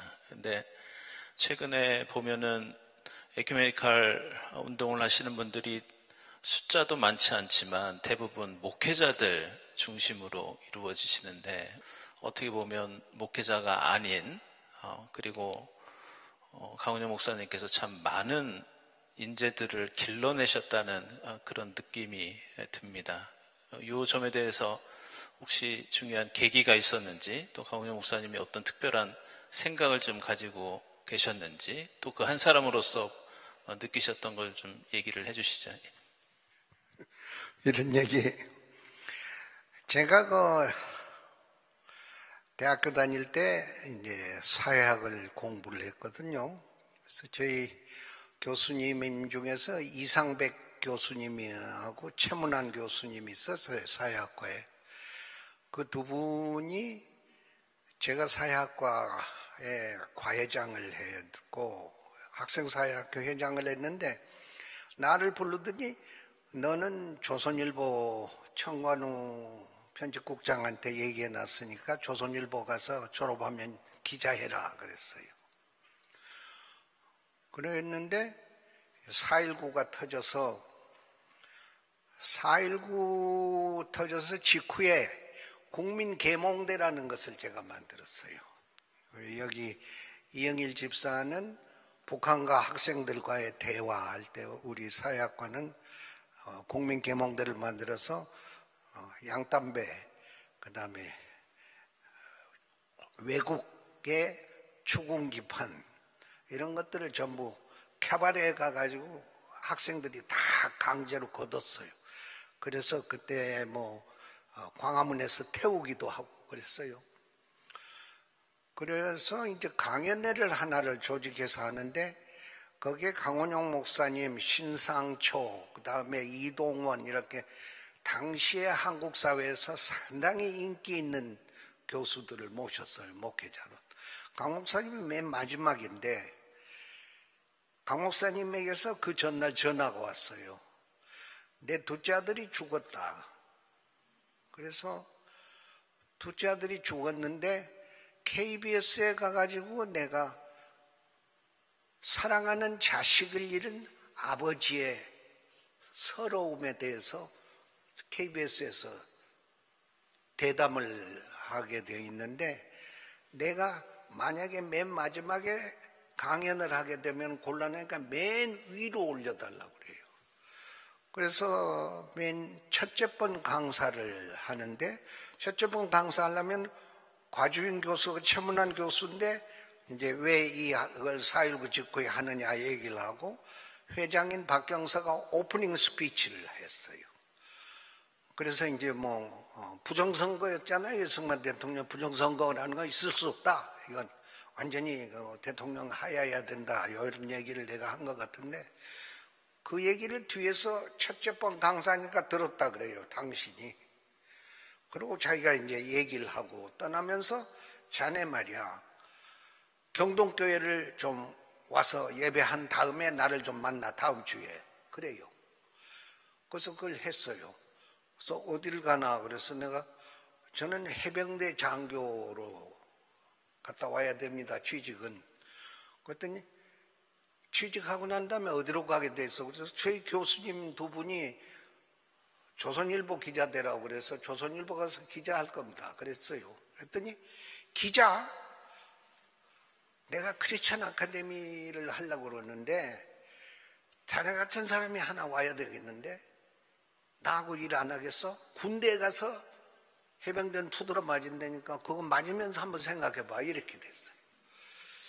그래서 4년을 근무를 하고 경독교회, 이 건물 아니라 경독교회 왔는데 딱 여기서 설교를 하시면서 나를 딱 봐요. 하더니 눈으로 오라 이거야. 그래서 이제 갔지요.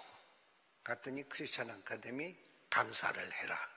그래서 제가 아카데미 하우스를 짓고 아까 얘기한 대로 그렇게 됐거든요. 근데 아까 목사님 그 마지막 말씀에 참 어려워요. 지금은요, UN, 제가 있었던 WCC, 아까 얘기한 500명이 70명이 됐다 그랬지 않았어요? 그 다음에 UN은 지금 어떻게 되냐면 새 직원을 뽑을 때 프리랜서로 대강 뽑아요. 왜냐하면은 4대 보험을 UN이 들으면은 UN 적자가 나기 때문에 4대 보험을 들지 않고 프리랜서로 와서 너희들이 건강보험도 해결하고 옛날처럼 무슨 뭐 이런 거 다 해결하고 와서 우리가 필요 없다 그럴 때 나가라. 이런 식으로 주의가 어려워졌고 AI 시대에 이제 지난번에 스페인 가서 제가 봤는데 스페인의 빌바오라는 데에 구겐하임을 있는 데가 빌바오 아니에요? 빌바오를 내가 여러 번 갔는데 거기가 조선업으로서 전 세계에서 1, 2등을 다퉜잖아요. 그 총장이 뭐라 그러냐면 한국 때문에 조선업이 완전히 망했다. 그래서 이 조선업이 있던 데에 캠퍼스를 만들었어요. 그래서 협동조합, 몬드라곤 대학교 협동조합 대학이 있었는데 거기서 제가 놀래버린 게 교수가 없어져 버렸어요.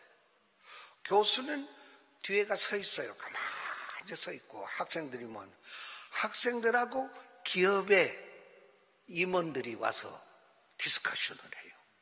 우리 기업이 이렇게 했는데 이런 거 이렇게 했는데 학생들이 그러면 저희 기업하고 학생들하고 같이 하고 교수는 필요하면 가서 조언만 해요. 요즘에 거기 그 지제트라고 이런 얼른 누르면 다 나온 거 있잖아요. 그걸 했더니 나 때문에 그런지 몰라도 강원영 목사님은 전라남도 순천에서 태어났고 이렇게 나오더라고.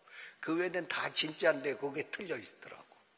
그러니까 그런 것이 있지만은 구글이 만드는 지금 현재 그 AI 시대에는 대학교 교수가 가르칠 수 있는 게 거의 다 구글에서 다 해버려요. 그러니까 이제 우리나라 교육이 완전히 바꿔줘야 되죠. 완전히 바꿔주지 않고 설탕이 없어 우리 애들이. 그래서 그것을 바라보면서 교회가 어떻게 갈 거냐를 연구를 해야 돼. 그걸 바라보면서 이미 왔어요 우리 애들. 그래서 아까도 얘기한 소외된 계층을 안으라. 우선 그게가 중요하고 AI 시대에 애들이 구차해한다고. 이거 들어라 해도 그래도 상당히 오늘은 많이 오셨는데 들어라 하는 거 귀찮게 하는데 이 교회가 어떤 식의 젊은이들에게 교육을 할 거냐. 예를 들면 하나만 들겠습니다. BA 아르망이라는 데가 있어요. 내가 학생들 가르치면서 지금도 거기 배낭 메고 가라 그러는데 BA 아르망은 1934년에 르블롱이라는 제3공화국 프랑스의 대통령이 제1차 세계대전의 군인들을 전부 모신 공동묘소예요. 그런데 히틀러가 2차 대전을 할 때 들어보니까 1차 세계대전에 군인들을 갖다가 공동묘지를 만들어서 불란서가 히틀러의 사령관이 거기 그 BA 아르망에 주임한 사령관이 이 묘지를 전부 없애버려라 이렇게 됐어요. 그러니까 그 BA 아르망의 시장이 쫓아와서 여기에는 프랑스의 1차 세계대전에 죽은 군인도 있지만 독일 군인들도 똑같이 씁니다. 그래가지고 BA 아르망이 지금은 1년에 3천만의 평화를 생각하는 사람들이 와서 예배를 드려요. 제가 광주에 7년 동안 노력을 해서 광주의 5.18 정신을 유엔에 등재를 시켜서 만장일치로 빵빵빵 해가지고 광주의 5.18 정신, 그 유엔 인권이사회 총회에서 만장일치로 2016년 9월 26일 날 됐는데 지금 광주에는 1년에 대강 40만 명의 외국인 광주 알기 대회 사람들이 오고 있어요. 근데 그런 것은 거꾸로 얘기하면은 그런 매력 있는 프로그램을 우리 교회는 만들 수 있다. 근데 제일 중요한 건 교인님들이 오케이를 해줘야 돼. 당회장님 혼자서 못한다. 그래서 우리 장로님 회의다, 권사님 회의에서 자 이렇게 돼 있는데 그래가지고 획기적인 AI 시대에 소외된 계층을 위해서 포커스를 둬서 평화, 인권, 조물주의 창조 질서의 보존, 기후 이런 것들에 초점을 맞춰서 해보십시오. 네, 고맙습니다. 네, 마지막으로 우리 배현주 교수님께 우리 박경수 장로님 말씀하신 부분 이어서 간단하게 말씀드리고 마치도록 하겠습니다. 지금 어떻게 보면 새로운 패러다임, 저희들이 뭘 해야 되는지에 대해서 간략하게 말씀하셨는데요. 사실 저희가 지금 이제는 people to people, 어떻게 보면 좀 풀뿌리 운동이 지금 앞으로 다가올 에큐메니컬 운동의 진정한 핵심 요소다라고 얘기하고, 또 과거에는 국제회의를 통해서 이루어졌지만 최근에는 트랜스로칼리티 얘기를 하면서 지역운동의 중요성도 또 얘기하고 있고, 또 그거와 더불어서 말씀하셨던 AI라든지 기후위기라든지 또 30여 년 동안 진행되어 온 지금 인터넷 시대의 새로운 플랫폼과 네트워크에 대해서도 얘기를 하는데, 제가 교회운동 중에 조금 성공 사례라고 할 수 있는, 모범이 될 수 있는 이런 풀뿌리 운동에 대해서 간략하게 말씀해 주시면 좋겠습니다. 네, 이 20세기 2차 세계대전 이후에 큰 역할을 감당했던 이런 거대 국제 기구들이 지금 이런 사실 다보스 포럼을 20년 이상 모니터링한 어떤 학자분가 몇 년 전에 한 얘기가, 이 일론 머스크도 그렇고 이런 빌리어네어들이 이제 4차 산업혁명 플랫폼 만들어서 우리들이 다 하면 되니까 이제 대중은 조직해도 유슬리스다 이런 표현까지 막 하는 걸 보면서 이게 정말 풀뿌리 민주주의 운동이 다시 일어나야 되고 이제 그런 얘기들을 하셨던 기억이 납니다. 그래서 작년 재작년인가요? 독일에서도 그레스루츠 에큐메니즘이라고 하는 그런 컨퍼런스가 열리고 하면서 지역의 교회들이 지역에서 어떻게 우리가 하나의 이제 이거를 지역에서부터 아까 말씀드린 것 같이 이 허브들을 쭉 만들면서 같이 수평적으로 연대하자, 이제 그런 운동이 나오는데요. 그런 굿 프랙티스들이 여기저기 많이 있는 것 같습니다. 그래서 그런 것 지금 다 말씀드릴 필요는 없는 것 같은데, 지금 저희가 녹색교회 운동 같은 거, 지금 K교회가 전국적으로 다 녹색교회가 되는 게 어떻겠냐, 이제 그런 얘기들도 하는데, Church of South India, 남인도 교회에서 이런 거 굉장히 잘해갖고 BBC가 이제 인터뷰를 하고 그런 걸 보는데, 지금 우리 한국교회에서도 이 경동교회도 지역교회 돕고 태양광 관심 가지시고 하는 거를 제가 아는데요. 이렇게 저렇게 새로운 실험들이 나오는 게 연계가 잘 영감을 주고 서로 격려하면서 이런 관계적인 힘을 만들어 갈 수 있으면 좋겠습니다. 근데 저는 하나 좀 제안을 드리고 싶은 게, 이 앞으로 세대를 살아갈 청년들이 자기들이 주체가 돼서 자기들이 뭘 원하고 이런 이제 공간을 만들고 본인들이 좀 했으면 좋겠는데,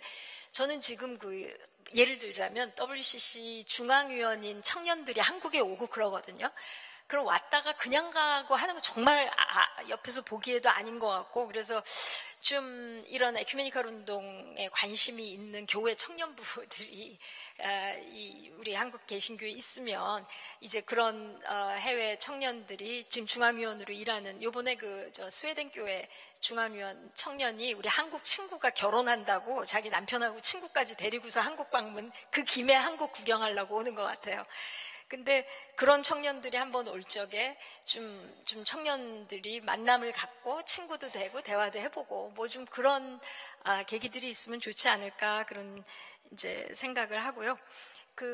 제가 감동받고 하는 것은, 참 시대가 어려워도 그야말로 수직적으로 들어오시는 하나님의 은혜를 바라보면서 굉장히 자발적으로 에너지를 만들면서 일하고 있는, 아주 조용히 일하고 있는 분들 여기저기 계시고요. 그리고 북방구가 지금 포스트 크리스천덤이라고 하지만, 지금 저는 보네퍼의 구루터기 교회들이라고 표현하고 싶은데, 이제 그런 꾸준히 이런 클래시컬한 에큐메니컬 운동의 정신으로 일하는 참 존경스러운 분들이 있고, 칼즈루의 총회 때 독일의 어느 지역교회 주말 프로그램에 다녀온 분들이 굉장히 감동을 받아서 작은 지역교회가 이제 재생에너지를 쓰고 전체 마을과 더불어서 새로운 이런 기후위기 시대에 녹색 라이프를 살아가고 교회가 중심이고 한 것들이 굉장히 영감이 됐다고 이제 그런 얘기들 얘기들을 합니다.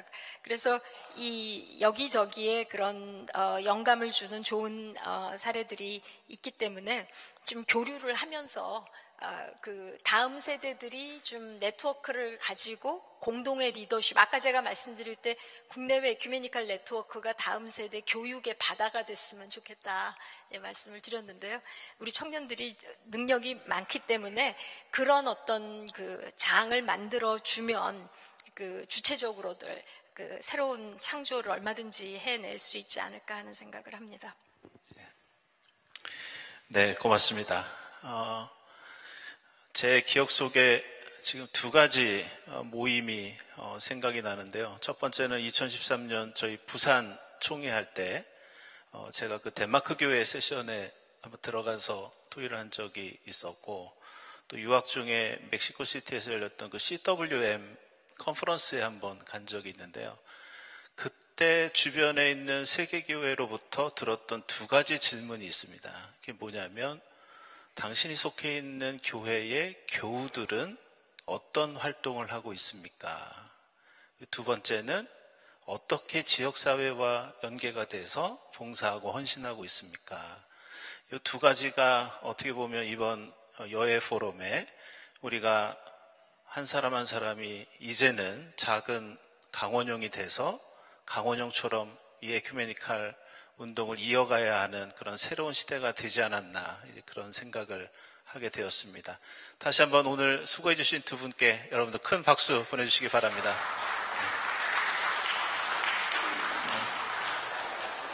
오늘 두 번째 시간은 이렇게 마치고요. 다음 달에는 여해와 문화예술 이 주제로 다시 한번 세 번째 여해 포럼 이어가도록 하겠습니다. 고맙습니다.